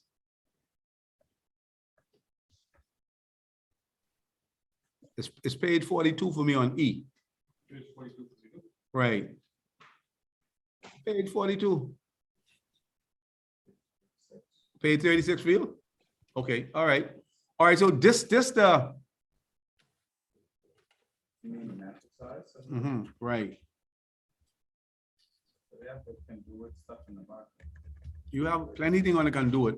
You want, so this telling you.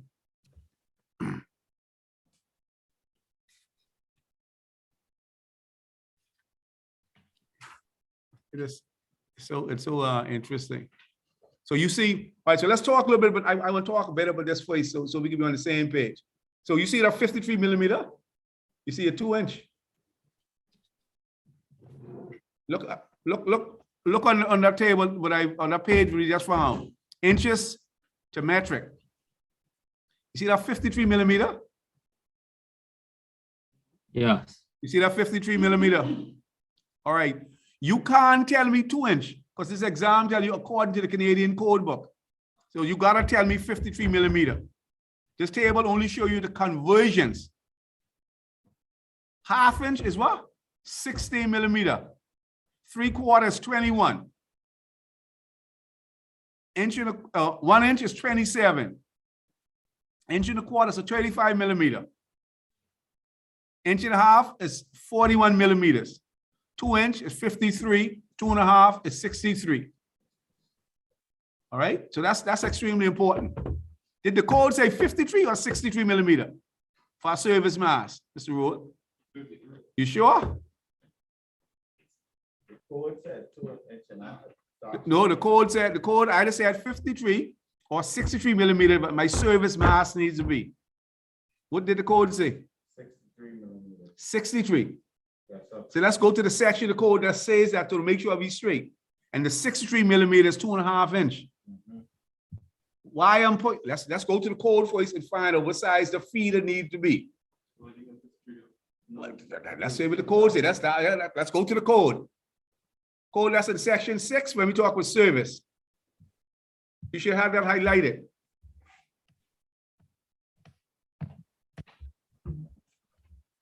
It's a store, you should have that highlighted. What size my service? This is when we talking about service equipment. Section 6 sub-rule what? Section 6 sub-rule, what, Mr. Rule?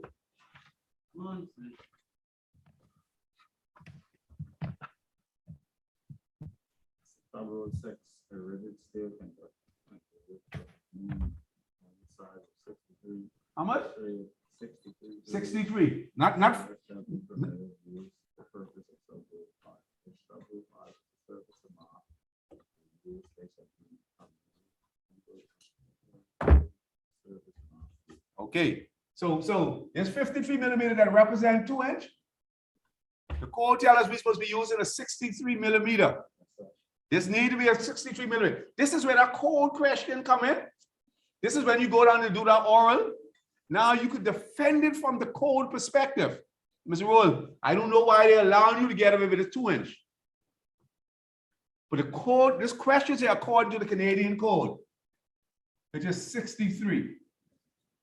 So the size of my service mass is 63 millimeter.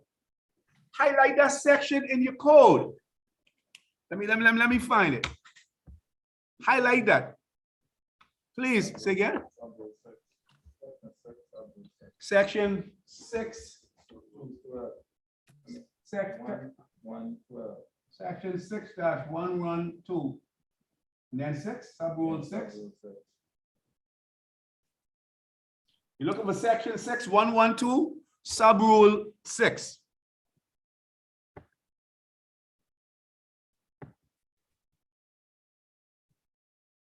Service and service equipment. We highlight it.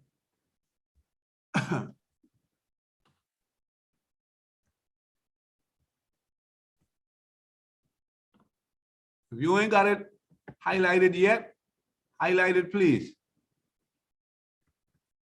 Section 6-112.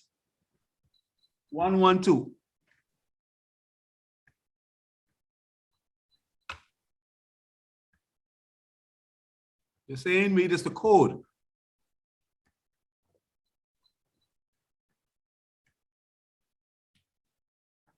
That's the code. Why do they allow them to put it to 2-inch marks? Of course, the code tell you it's still up to the discretion of the inspector. Section 400. Yeah, that's availability of equipment. It's the other one too. But I saying you need to notice because you might find yourself in Canada where you have it. Right. And so I don't want you to go up there and you say, oh, but are we using the Bahamas? Yeah, in the Bahamas. Not Now, do they operate like how they do it in the US? like, Where you have one man coming putting conduits, one man then put wax. well, there's a license for every phase. And so when you get your journeyman over there, right? You go over there. 410, 410. Yeah. So your license will be able to work over. Yeah, you could challenge. They allow you to challenge. But you gotta understand, Canada gets one different province. And then they use different sections of the code based on, you know, various of the dead code, blah, blah, blah. You know anyone who have the 410? Yeah. I don't know, your guy, you heard about Pilots Electric? Yeah. Yeah, white boy, he from Canada originally. You got it over here in Canada. He got over in Canada. He went through the apprentice program over there. PIU. Yeah, Canada. All right. Yeah. Yep. Section 6-112, sorry, section 6-1126.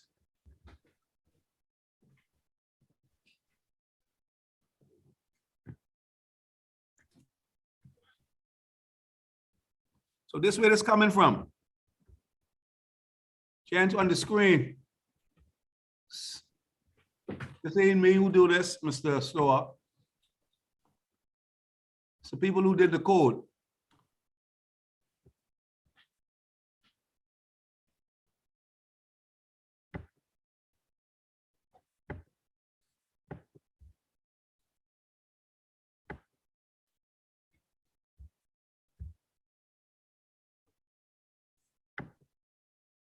All right, as the code says there, rigid steel conduit of a minimum normal size of 63 trade size shall be permitted to be used for the purpose of sub-rule 5,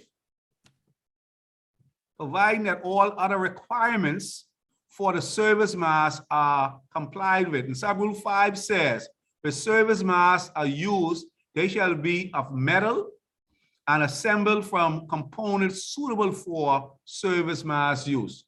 And so even though we went to a section that says, listen, hey, 2-inch 53, the code told you your service mast should be a minimum of 63 millimeter. So when you putting the marking for your 3-1-0, it have to be in a 63 millimeter galvanized conduit. And you can defend where that came from. I ain't just say put that there. I want you to see where that come from. What about the underground conduit? What about the underground cable? The underground cable, it first it depends on the size of the conduit. However, supply authorities sometimes dictates, because they sometimes use direct barrier to come in, but they won't come into the service mast. They want probably a 2-inch or 4-inch, depending on the size. The question is, what about Mr. Grant and team? The question is, the code speaks about the minimum size for your overhead service mast of a 63 millimeter or 2.5 inch. Question was how we do the sizing when we talk about an underground system, underground service. And so the response is based on the supply authority specification for underground cable and the code, we can't have a smaller size to fit the conduit coming in, the conductor coming in. But the supply authority may say, I prefer, I want, instead of, depending if the system is, for example, if the system is a 3-phase, and I use in some 250 MCM, I want 4 pieces of 3.5 inch conduit. So each phase will have their own conduit coming in and my neutral. Yes, I don't put all of them in the same. So it depends on the size, depends on the supply authority. So Mr. Montips, that was what you talking about. So this is what I'm talking about. I understand what you're saying, though, 'cause but BPL ain't even let us do that. BPL is what? One 4-inch pipe regulation. So, and so this is what I'm saying, depends on the supply authority. Depends on the supply authority. So you hear BPL say, fine, it's okay. They plan section say, fine. We come into a pot here, and so all I need going out to the road is 4-inch PVC, and they fine. Leave a piece of pull wire. Don't connect it directly up inside. No, they'll pull that right. Well, you gotta leave it. Depends if it crossing the street. You're crossing the street, they can charge you, do the underground cable. They'll put a pull wire. They'll come and cut because they're being paid for it. They may ask for a pull wire, but don't connect it to the service box. So it depends on the size. You don't even do it. Sometimes they up the wires from the floor. Yeah. And they use direct burial cable. So like I'm saying, depends on the supply authority. That's why, especially when you talk about big systems, 800 amp, 2000 watt disconnect, they sometimes picky because you know you got to go into a CT cabin before you actually branch off, so you disconnect because the lugs inside too small. I need to be able to use my current transformers to read, and that is why, again, depending on the supply authority. If I bring it in a 3-phase system in here, 3-phase system inside here, and I come in with 2000 amps, I want 4 conduits. So when I come up to my CT cabinets, my phase, they ride through, and then I go out. You see, so I get them right there. Now, for 2000, that's when they usually double or triple the conductors, right? No, let's get it right. This is where they parallel them, sir. They parallel. One leg going up each one. They parallel. So you see, I got a number. Increase the amperage. Yeah. So you got a, let's say, 3 odd. And so I bring 4 pieces of 3 odd, and each one for each one of the phases. So it depends on the system. Yeah, that's how that works. All right. So for me, I'm intentionally gliding through this because a lot of folks think I'm saying 53 is the case. That 2-inch. The code tell you 63, and you don't find out from section 61126 where that come from. They ain't me. I ain't tell you that. All right, that's the code. You hold me responsible for that. That's the code. All right. Now, how much pieces how much steel pipe is fine, but you're galvanized. Yes, galvanized, a steel pipe. You can be Pacific and you say steel pipe. Okay. Now I want to know what size this nipple gonna be. I know I'm using only one piece of number 8 or one piece of number 6 ground. What table I can use to find what we was talking about, Mr. Road? Now we got to go back to your glossary. This is how now you work in your code. So you'll be able to label it. If I just give it to you, then you ain't got it.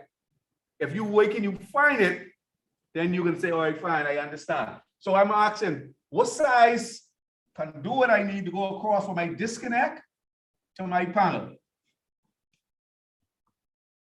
So let's go back to the code. Where you find that from? How much of them inside of it? What table you looking at? I'm looking at subsection 7. I mean, rule 7 and subsection 612. We say bolts shall be used for securing.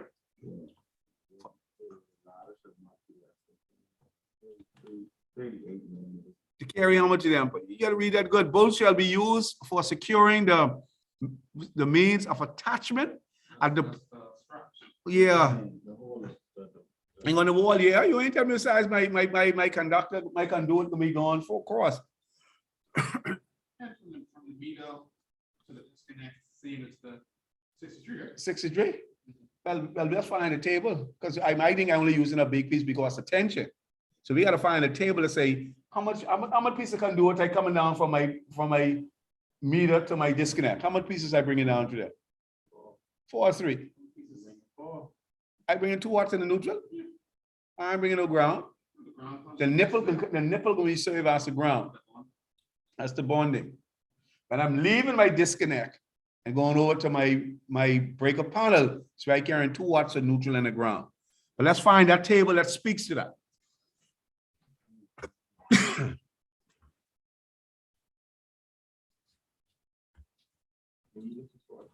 We're trying to find out the size, what size conduit I need to carry 3 pieces of 1-watt conductors.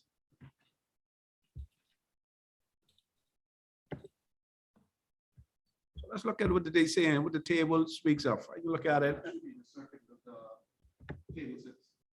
So that's what table 6 say. You say table 6? Said when you calculate the actual service to it. Table number 6, you said? Let's see. Which 6? 6. He say table 6. Let's table number 6. So table number 6 has been deleted. Table number 6 has been deleted. And now you have table number 6A, dimension of a single conductor and cable for calculating conduits and tubing. B, dimension of single conductors and cable for calculating conduit and tape and tubing filling. Okay, so let's look at table 6D.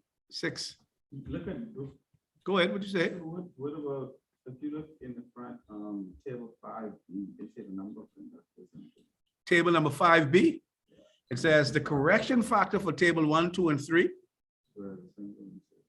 where 2 or 4 single conductors are present and space less than 25% of the largest cable.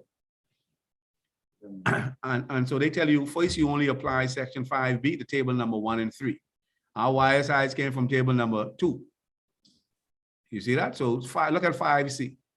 5C said ampacity correction factor for table 2 and 4. You see that? Table number 2 and 4. Look, that's correction factor. So we go to table number 5C. Click on 5C.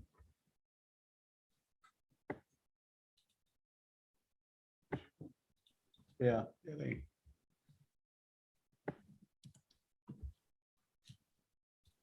Table number 5C.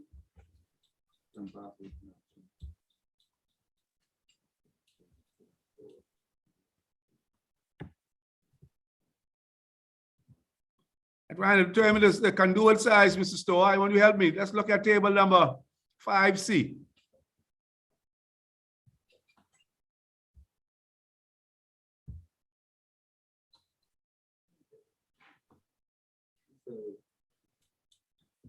Table 5C.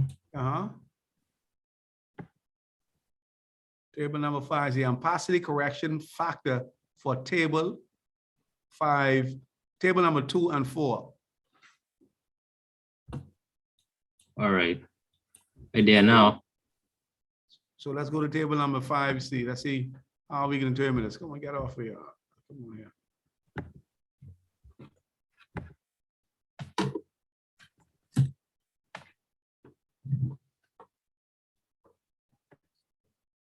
Table number 5C. Why you ain't moving, friend?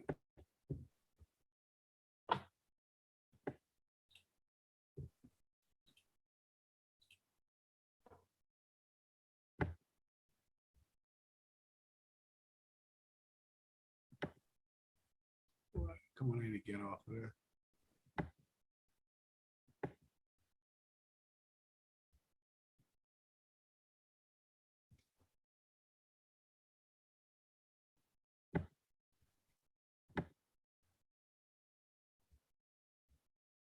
Table 5C.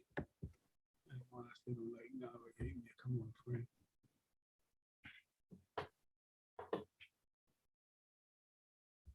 Okay. So I read the top of table 5C. Let me see if I get. As I try to get there.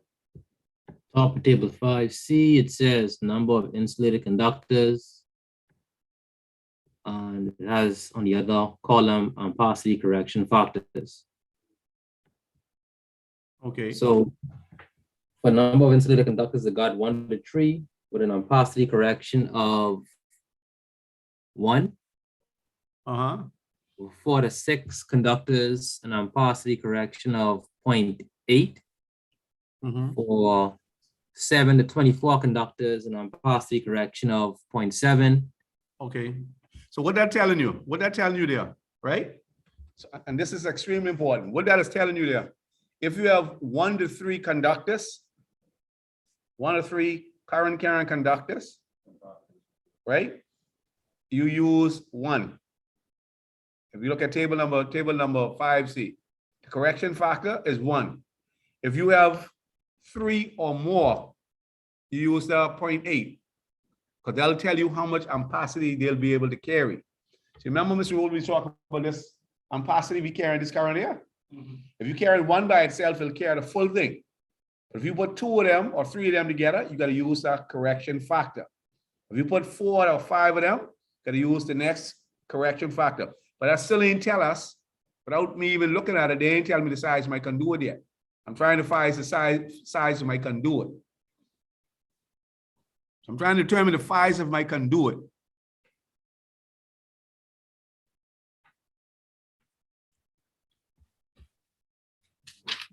Go to table 6. I'm looking at the table 6. Mm-hmm. Go to It actually gives you the actual cross section of each wire. Right. The 1 odd, you get 118.24. And you have 2 1 odds, you have 236. Right. Now, is there a way to convert that down so we could actually have pipe size? All right. So Does the pipe size have a particular? dimension. Yeah. We just saw it in the front, right? No, but then that would be way smaller than the actual. No, ones. no, no, they go in the front where they give us the 6 degree for this Mhm. pipe size. But the 1 odd for this is 118. So that would be something else that we use that we can actually calculate that. Mhm. So let me get the table. The cross section of 3 1 odds being 354.73 millimeters squared. All right, let me. Do we divide that number by a certain number? Yeah. I think it's page 430, Mr. Dalville. Yeah, trying to get over there right now.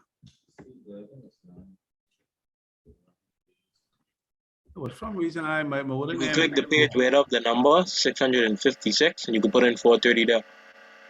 This one says. Oh, okay. That's what I talking about.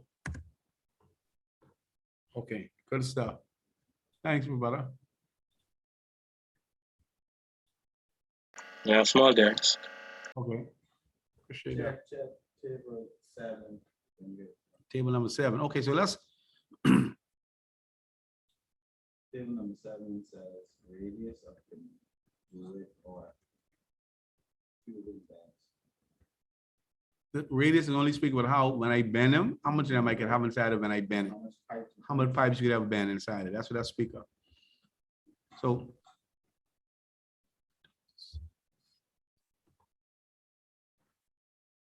Let's get up to the type, okay. So always when you look at this rule here.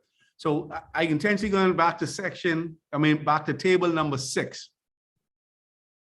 All right, let's go to table number 6. Table number 6, let's look at table number 6. All right, table number 6. The first one, A. Look at table number 6A. All right, table number 6A, and let's analyze it first. When you look at table number 6A, it always say, regardless of it's table 6A, B, C, they can tell you say C rule 12 12-910. I want somebody to go to section 12, sub-rule 910.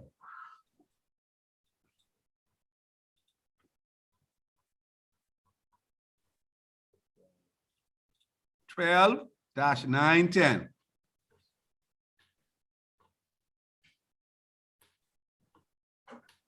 (12-910).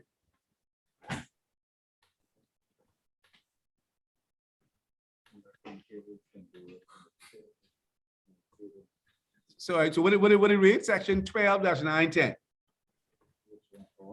Yeah, no, section 12.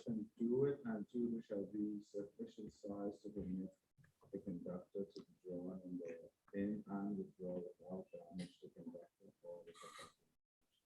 Okay, so that tell you when you put it in, I suppose we'll put it in and take it out without mashing it up. That's section 12-9-110.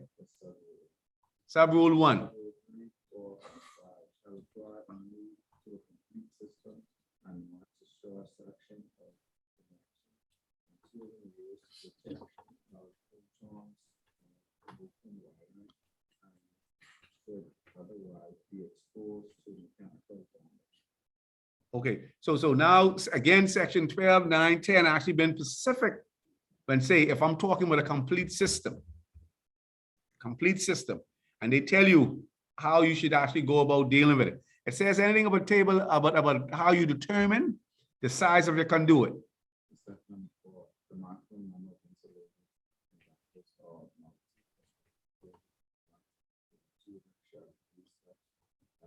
Insulated conductor cable and therefore will not result in a greater fill than more specific in table 8.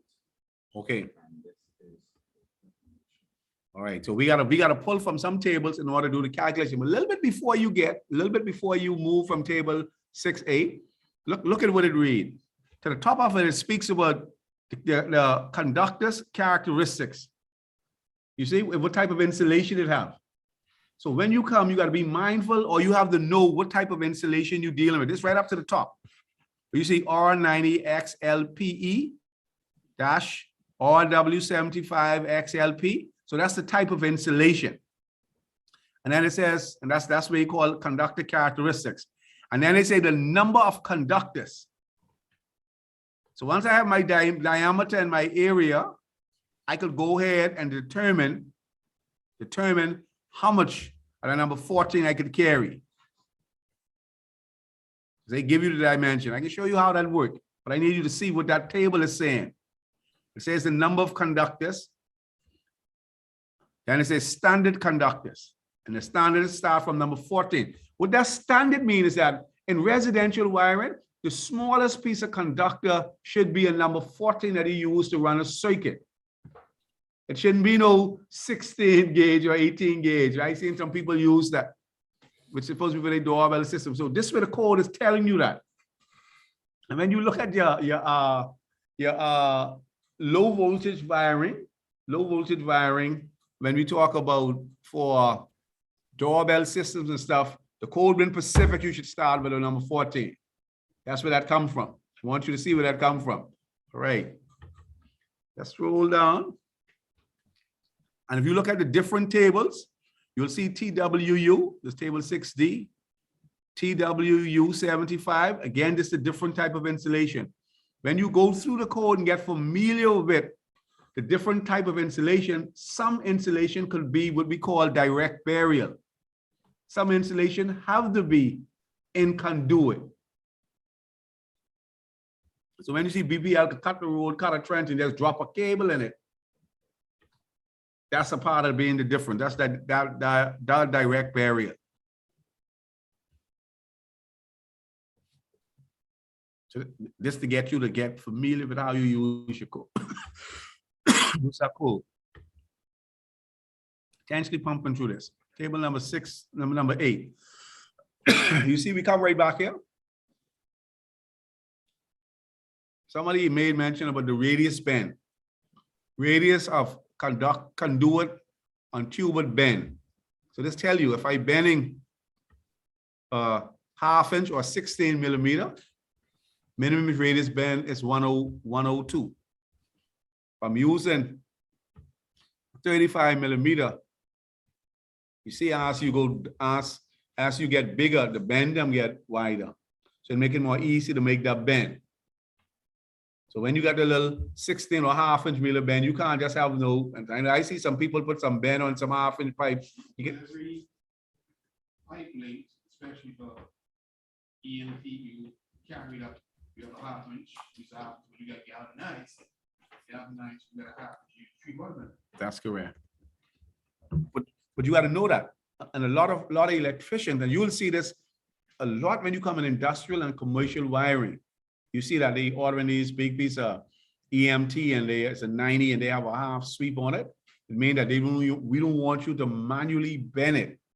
You actually have it manufactured so the stress on it could actually last. And when you put it, especially if you're closing it up, but make sure it can actually withstand the aids and stuff that you put on it. They saw some stuff, they bring in that pipe, the EMT pipe had a hole every 3-4 inches. I don't Cooling, know why. a cooling, Cooling? yeah.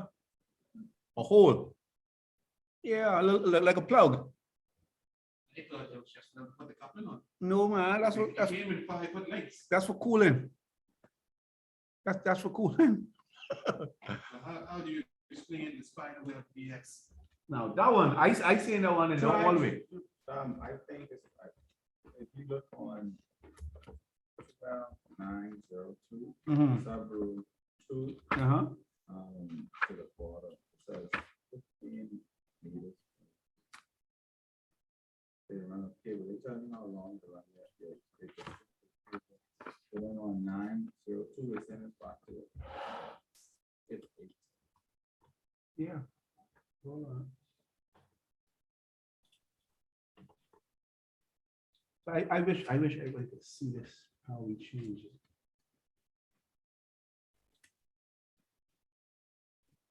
I just want to show you how where it came from. All right. So I can show you all, I don't know if y'all can see this. This is how the code changed. This one here, 2015 code. I want you to look at the columns. If you look at the columns first, look at the columns. You say conductor size, AWG, American wire gauge. It changed where it had, I could carry 5 pieces of half-inch, 5 pieces of 14, and a 16 millimeter conduit. This is how it's changed. This is how it used to be. This is what time would have done. Show you this over here. Let me look at it from here. This is how the code changed. So table number 6 back in the day, actually allow you, actually give you conductor size. What year that bucket? 16, I can carry 5 pieces of half-inch and a 16 millimeter. Right? Oh, so that's the reason why, because we were looking for half inch instead of the actual millimeter that they get. Ah, you supposed to pick that up 100 years ago. That's the 2015. 2015. You pick it up quick, Mr. Wood. 2015. Let's go back to table number 6. Go to the what in there? On the end. Go to the end. What you have there? The right, right.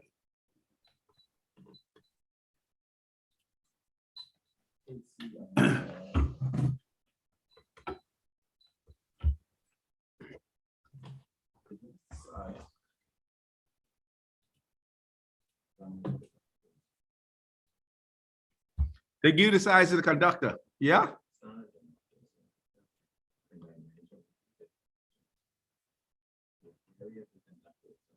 So you have to do a calculation for us to determine this.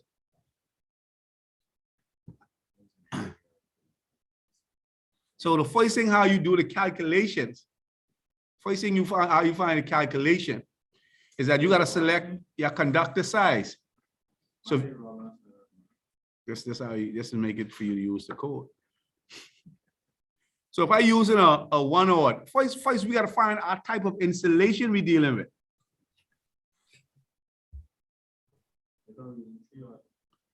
No, we found was one odd we found. You remember when we did the calculations?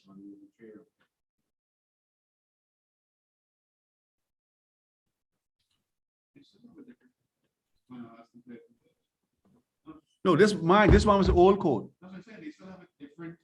Inside the new code. That's- Yes, and I want that's It doesn't really give us. Like, size and pipe, how much conductors we can put inside of it, it just gives us the cross section of each wire. but look at table number. Let me get one. Let me get one. Hold on. Let's go to Different sizes compared to the TW, TWHT. No, but look at the top where it says 600 volt. go. Let's go to table. Let's get to table number 6A. 6A first. Table number 6A. Table number 6A, for example. You see conductor size, American wire gauge, KC mill. 14. You see, all right, so you see the wire size. Okay, fine. You see the dimension and we see the area. So if I have, and what the code is telling me, I could carry comfortably one piece of ½ inch, one ½ inch, and if it's a class B environment, I only want to be able to carry one piece of number 14. So what you have to be familiar with is the type of installation that we're using with. So before I say I could use table number 6A, I got to find my type of installation. Yeah, but then you also, if you look at table 6A, they only give you the unjacketed 600. Right, so we have to find the type of installation we're looking for. So table 6A is in the table. So we got to find the type of installation we're dealing with. Right.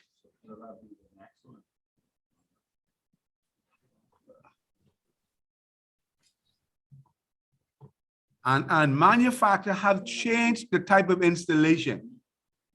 Have changed the installation types quite a bit because of the ozone layer. Why I'm stressing this, because you got to know what you could be using. You go around the gas station, you got to be using oil resistant jackets. So table 6D speaks, but, and that's what we want to highlight.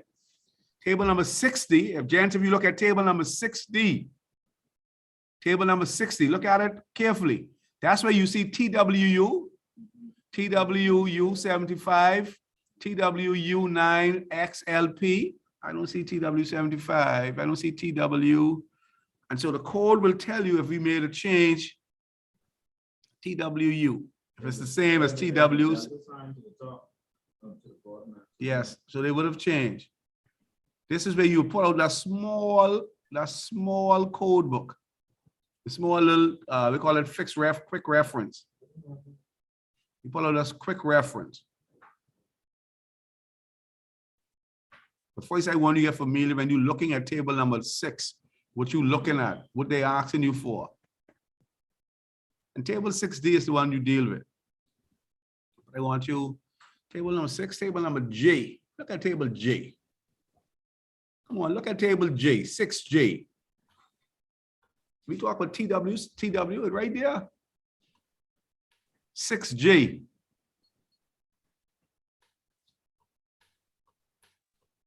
Everybody see it? Table 6J.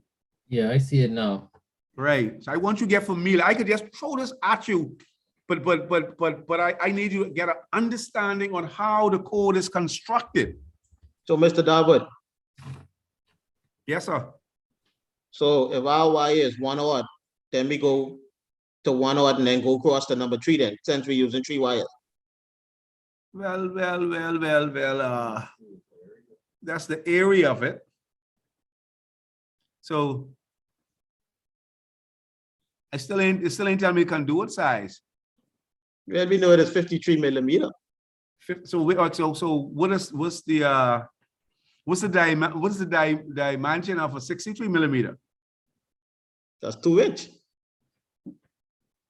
No, 2 inches, 53. Our service mass is 63. That's 2.5. You follow me? 63 millimeter.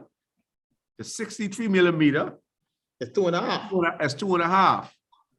So I want to know how I can determine. So if let's look for example. Let's look at. I think we can square the 63 millimeter, Mhm. and it gives us 3,900, because then we can get 3,900. Look at your one odd. One odd, and if you move across the one odd, it tells me the area of 3 one odds is 431.33 meters squared. Right? So I need a piece of conduit that could comfortably carry 3 pieces of 3 odd. And so the code only give me the area. So I asked my question, Self, what is the area of a 63 millimeter conduit, galvanized conduit? What is the area? How the code allow me to do the calculations for it? That's what we're trying to determine. And the code already told us how it's supposed to be done. How we determine it? This sound like a question, Seven. How we determine? Well, yes, this could be a calculation. I mean, this could be question 7. However, you can find yourself out in the field and you want to do some calculation for, I want to be able to run comfortably 40 pieces of 1 inch, 40 pieces of number 1. What size conduit I need to do to do that? You need to know how to do the calculation for it. This will make you different from the person who don't come to class. Mr. Rule, you just said, let me put 2 inch in it straight. 2 inch can do it for 40 pieces of 1 inch, 1 odd. Yes. You can't even get that side. And so this is my point, how we do the calculations. Let's look at what the code says. So we done see how to find our installation. You went to table number 6. It told us the type. How I know it's TW? Because it came from the question. We know TW, 1 odd, if I'm carrying 3 of them, the area is 31 or 431.33 meters squared. I want to know what size conduit that is. I will make that conversion. I need to know how to make that conversion. Let's see what the rules say. Let's see if anything to the bottom of the tables, if it give us any indication. Is there anything to the bottom of the tables that says how to go about doing the calculations?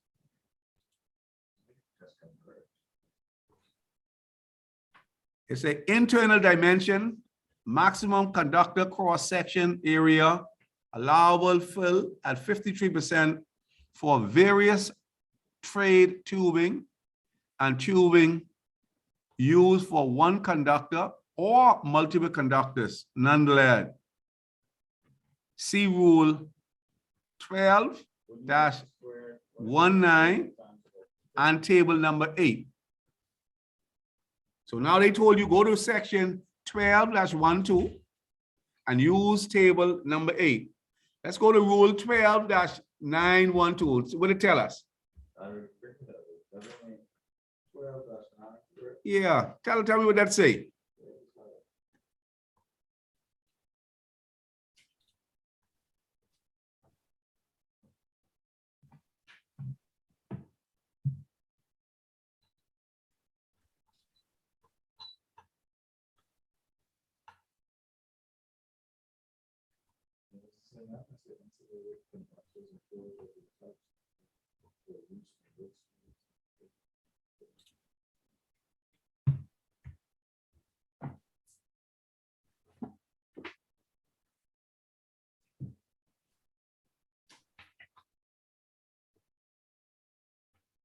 It says something there, man. What you mean they didn't say nothing?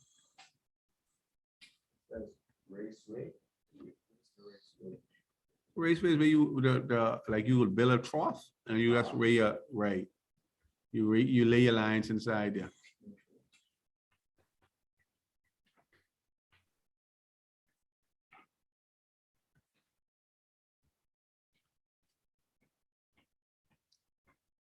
Mr. Rowe, let's figure this out, sir. Let's send you table number 19 now. That's what it's on this. Okay. Yeah. Mm-hmm.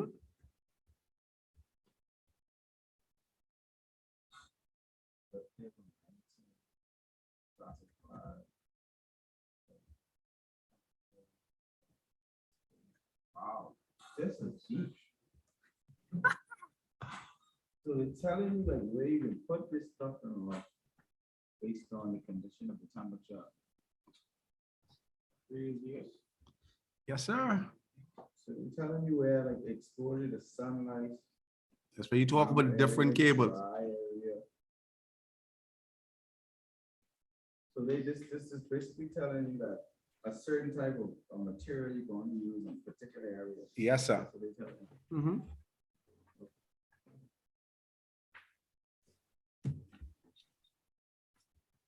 This way, this causes a lot of fuels to blow, right? But a lot of electricians normally shy away from this. And this is extremely important when you talk about, when you're getting into utilizing different type of insulation.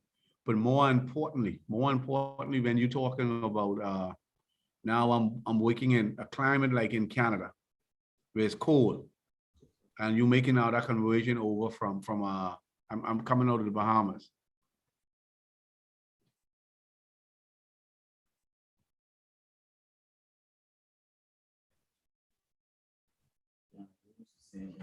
No, sir. That's that. All right. So that's what I'm trying to get to. Mr. Darwin, Yes, sir. the wire with the white insulation in the inside, what kind of wire that is? White insulation.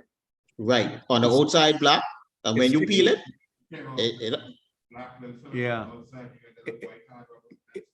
It's that sounds like, I don't want to say coax cable.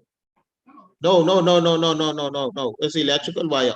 Like, you have different grades, like, you have different grades of number 2, a different type of number 2. You have one with a regular black insulation, and the Yeah. next one with black insulation on the outside, but when you skin it, it have a white coating in the That sound- inside. That sound no, you mean Like, you know, when you see the wire, the black is you peel the insulation off. Okay. it's- Direct burial? That might be direct burial. No, indirect burial, man. It's a different type of wire. I know exactly what you mean. All right, here we go. So what that is that, all right, so you have that black coating first, blue coating, red coating, orange coating as an indicator for phasing, right? Determine your color. You understand it? Also that coating could be used depending on what type of insulation they put on it. If you use it in like oil resistant areas. Right. Like around what you use around gas station, you ain't gonna use like those. You shouldn't use PVC. You shouldn't use PVC. All right. Areas where it's always damp, like round freezes and stuff. That's why you use seal type fittings. When you're doing direct burial cable, like for example, runway lighting, you have some insulation that it almost tick. When you look at a number 14, it almost tick like a number 10. And then you have some conductors that are stored in high ambient areas or temperature areas that has that extra protection. So if you chop it, especially in heated areas, right? On the installation, and that's why I want you all to look at table number 6 very carefully, because it speaks about the type of installation and the available voltages they could be installed in. That's important for when you're looking at table number 6. You're being specific with that. All right. Again, and this more. And I normally speak about it in single phase, but this come at you more when you're looking at a 3-phase. If you look at what I have on the screen, table number 19. When you look at table number 19, and you look at the types of insulation on table number 19, it tells you where they could be installed. That's the other part that is important when you're looking at the tables. And so you understand what could be used or what cannot be used in dry areas, damp areas, wet areas. That's the same thing that you speak of, Mr. Turner. Those different types of cable. We don't get a lot of time to see the different type of installations, the type of wires. We so you used to just doing either commercial, and ain't every electrician get to see commercial. We get to see a lot of residential, but depending on uneven cables in hazardous location, we hardly get to see. And so that's extremely important for you get clear, good understanding with. We'll be using them. All right. What I want you to do,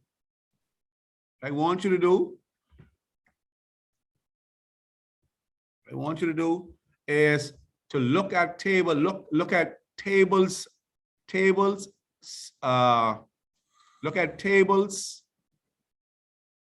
6J in particular.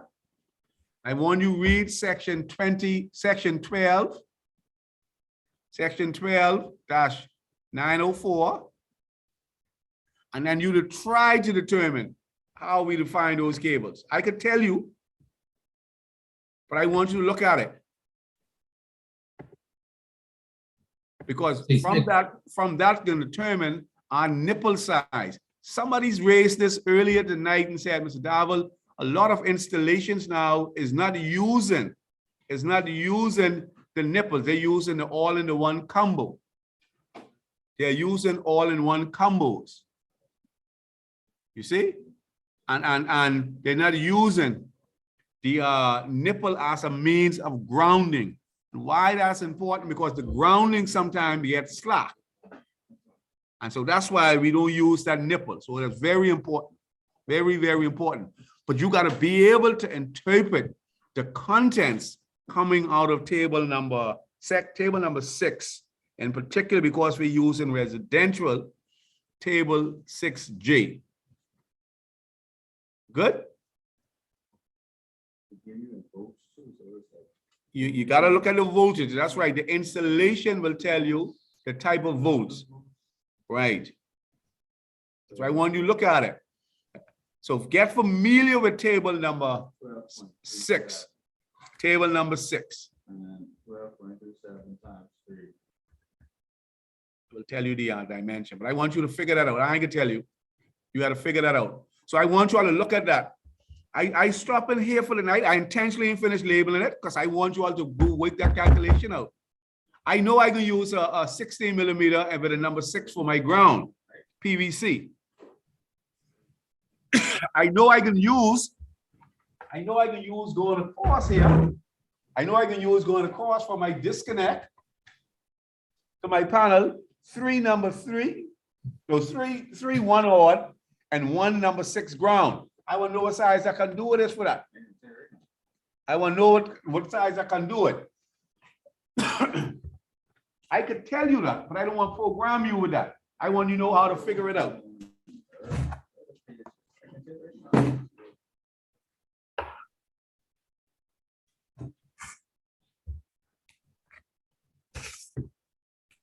Mr. Grant, what size panel I can use? What the code tell me about my panel size? Why I'm using that size panel? You want to answer now? You want to dead?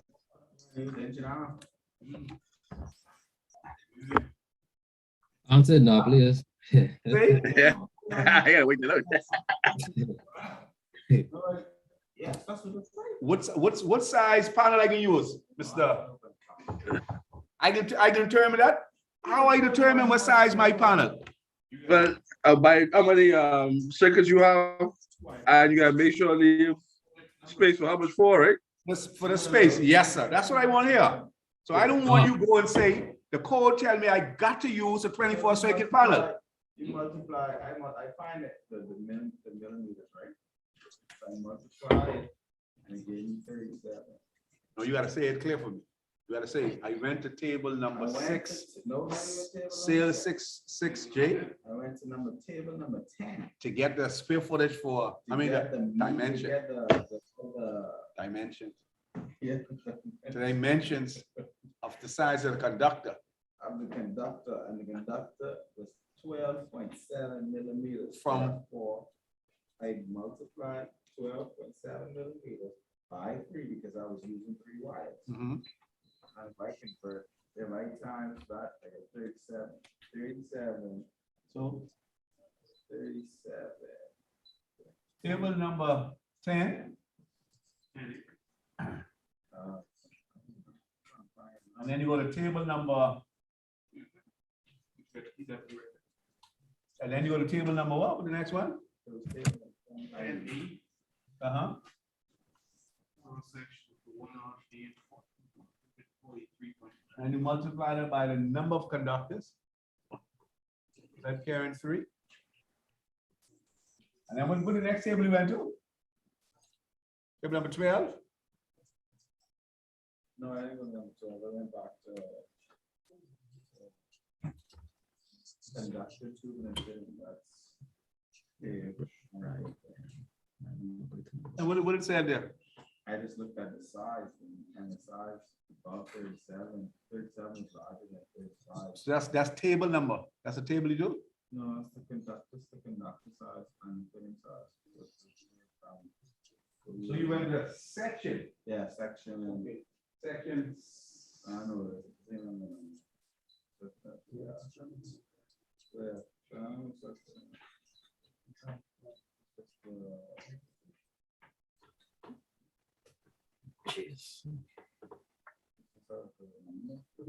So what is this here? This is the metric. So then how you know the area for?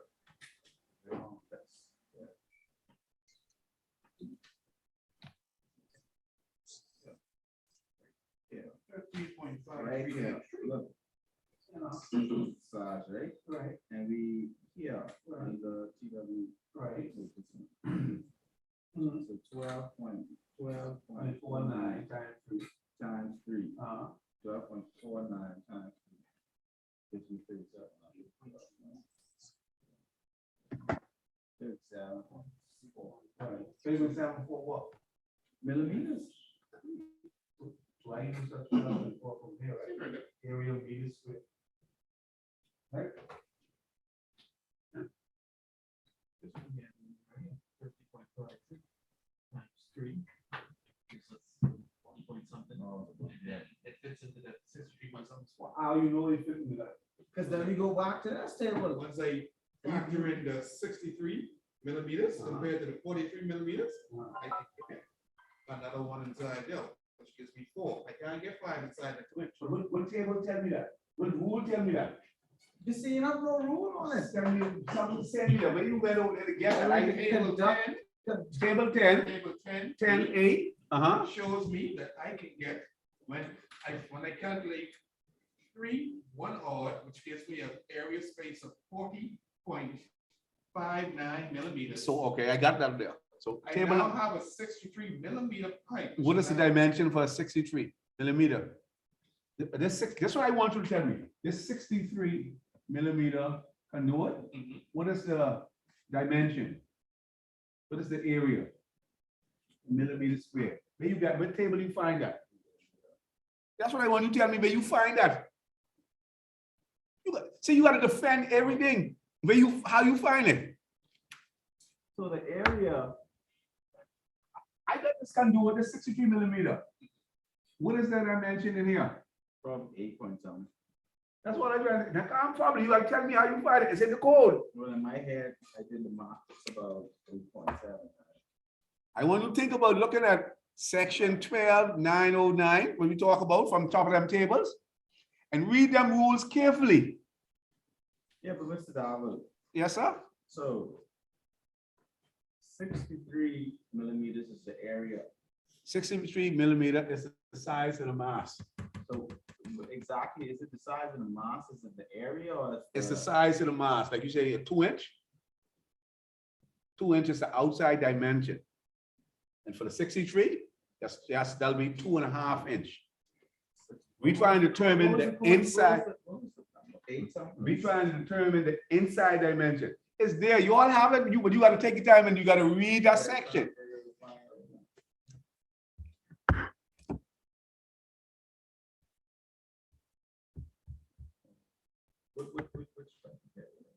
Series two.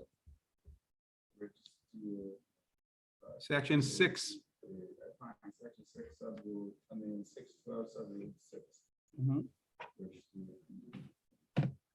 That's your service mass. What do they mean by 60 street trade? They could be in 63. Trade, that's their trade size, 1/2 inch.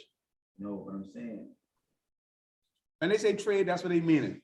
Trade size. Mr. No, Tr- no, I asked them, Mr. Down. What you Mr. Down, asking? I'm trying to figure out if they have it in meters square or they have it in meters. That's what Millimeters square or millimeters? they have it. That's in meters squared. Or millimeters, eh? That's 63 millimeters. What does it say? 63 millimeters. It say that, it say 63. This says Millimeters. It say 63 trade. Mine say trade. What does trade mean? What is this? Look at It's it. just trade size, it doesn't even say millimeters. So, all right, so, okay, so let's discuss it. Now I can shoot that millimeter down, because it's saying trade size. What is the trade size? The trade size is the size when I look at what we normally would use, 16 millimeter, which is equivalent to 1/2 inch. So when I look at equivalency for millimeter and metric, I'm looking at the outside dimension when I say 1/2 inch. The 1/2 inch it is in the inside, it's the outside that give me that. So the 63 millimeters. It's the outside dimension. All right, so what is It's the your area? outside. The area is the inside of the You pipe. gone? Yeah, I do it. All right, you back to me in the morning. She told you about the exam? Inside of that pipe. So that's what we gotta find. You gotta find the dimension on the inside. Then you measure from the end of the pipe to the next end. So the inside of the pipe, that's what I'm trying to ask you now. So, because if you go back on our table, the original table, you have it in millimeters square. But you making too much mistakes, man. Squally. Listen to me. Why would you have?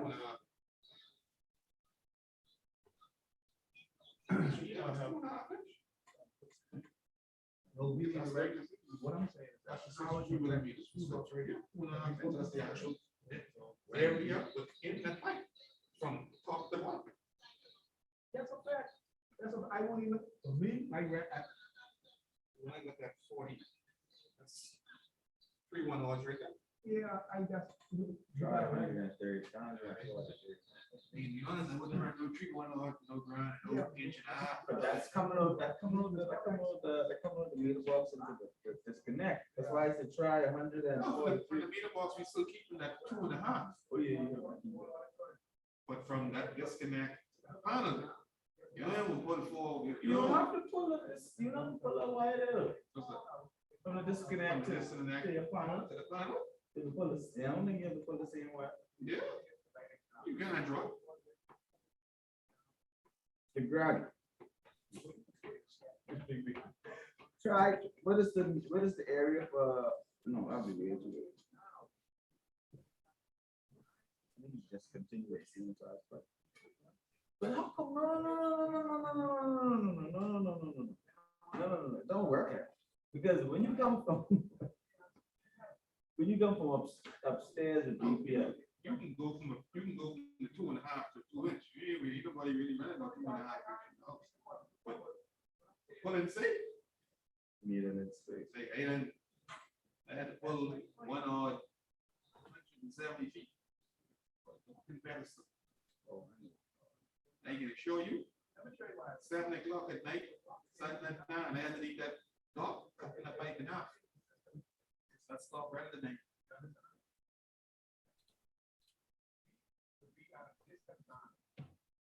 We got 3 weeks left, and they show me that this will get 6, 7 glasses, 10, 11 to me. The last 3 weeks. Yeah.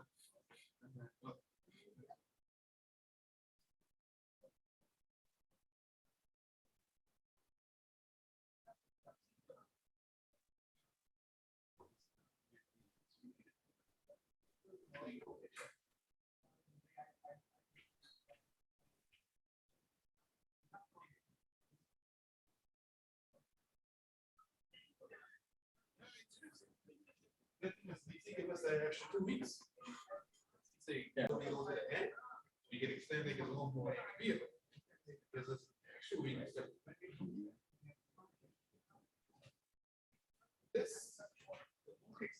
That's basically straightforward.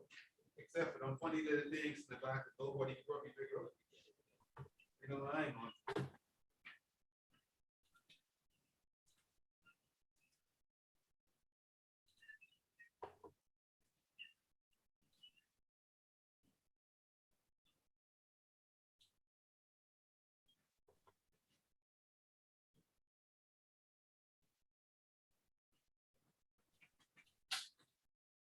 Boss, Freddie.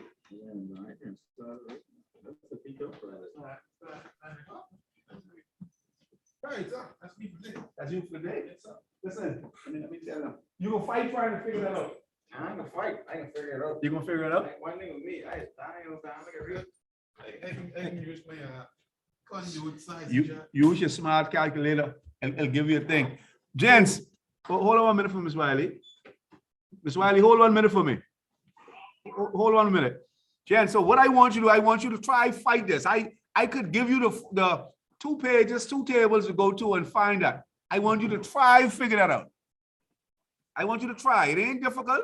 Read section 12910 and it'll actually give you some directions on which tables to go to. Go on to 9A and 9A. All right, go to 9A, and I don't want to tell you, then 10A and make reference and some 5C. Take a look at that first, because you can find this out in the field where somebody can ask you how to deal with that. Okay. All right, I can stop there intentionally because I'm coming back, God's willing, on Friday for us to actually finish the riser and dive right into our panel calculations. Right? But I want you to look at that. This can give you reason to do brainstorming on how we can use and what table number 6 is actually saying. All right? All right. All right, good stuff. So I can stop right there. Stop sharing the screen.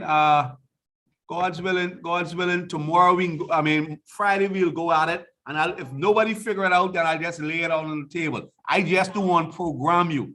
Because I told you we're using a 53 millimeter. You just seen from the code, it is a 63 millimeter. And everybody, I say 53 and everybody agree. Yeah, Mr. Darwell, 53. No. We got to be able to defend it. And so I can show you how that calculation will work out. Right? Not to blow no fuse. All right. So that's our 5 cents for the night. God's willing, 5 o'clock on Friday. All goes well. Right. Okay. All right. Good evening. Okay.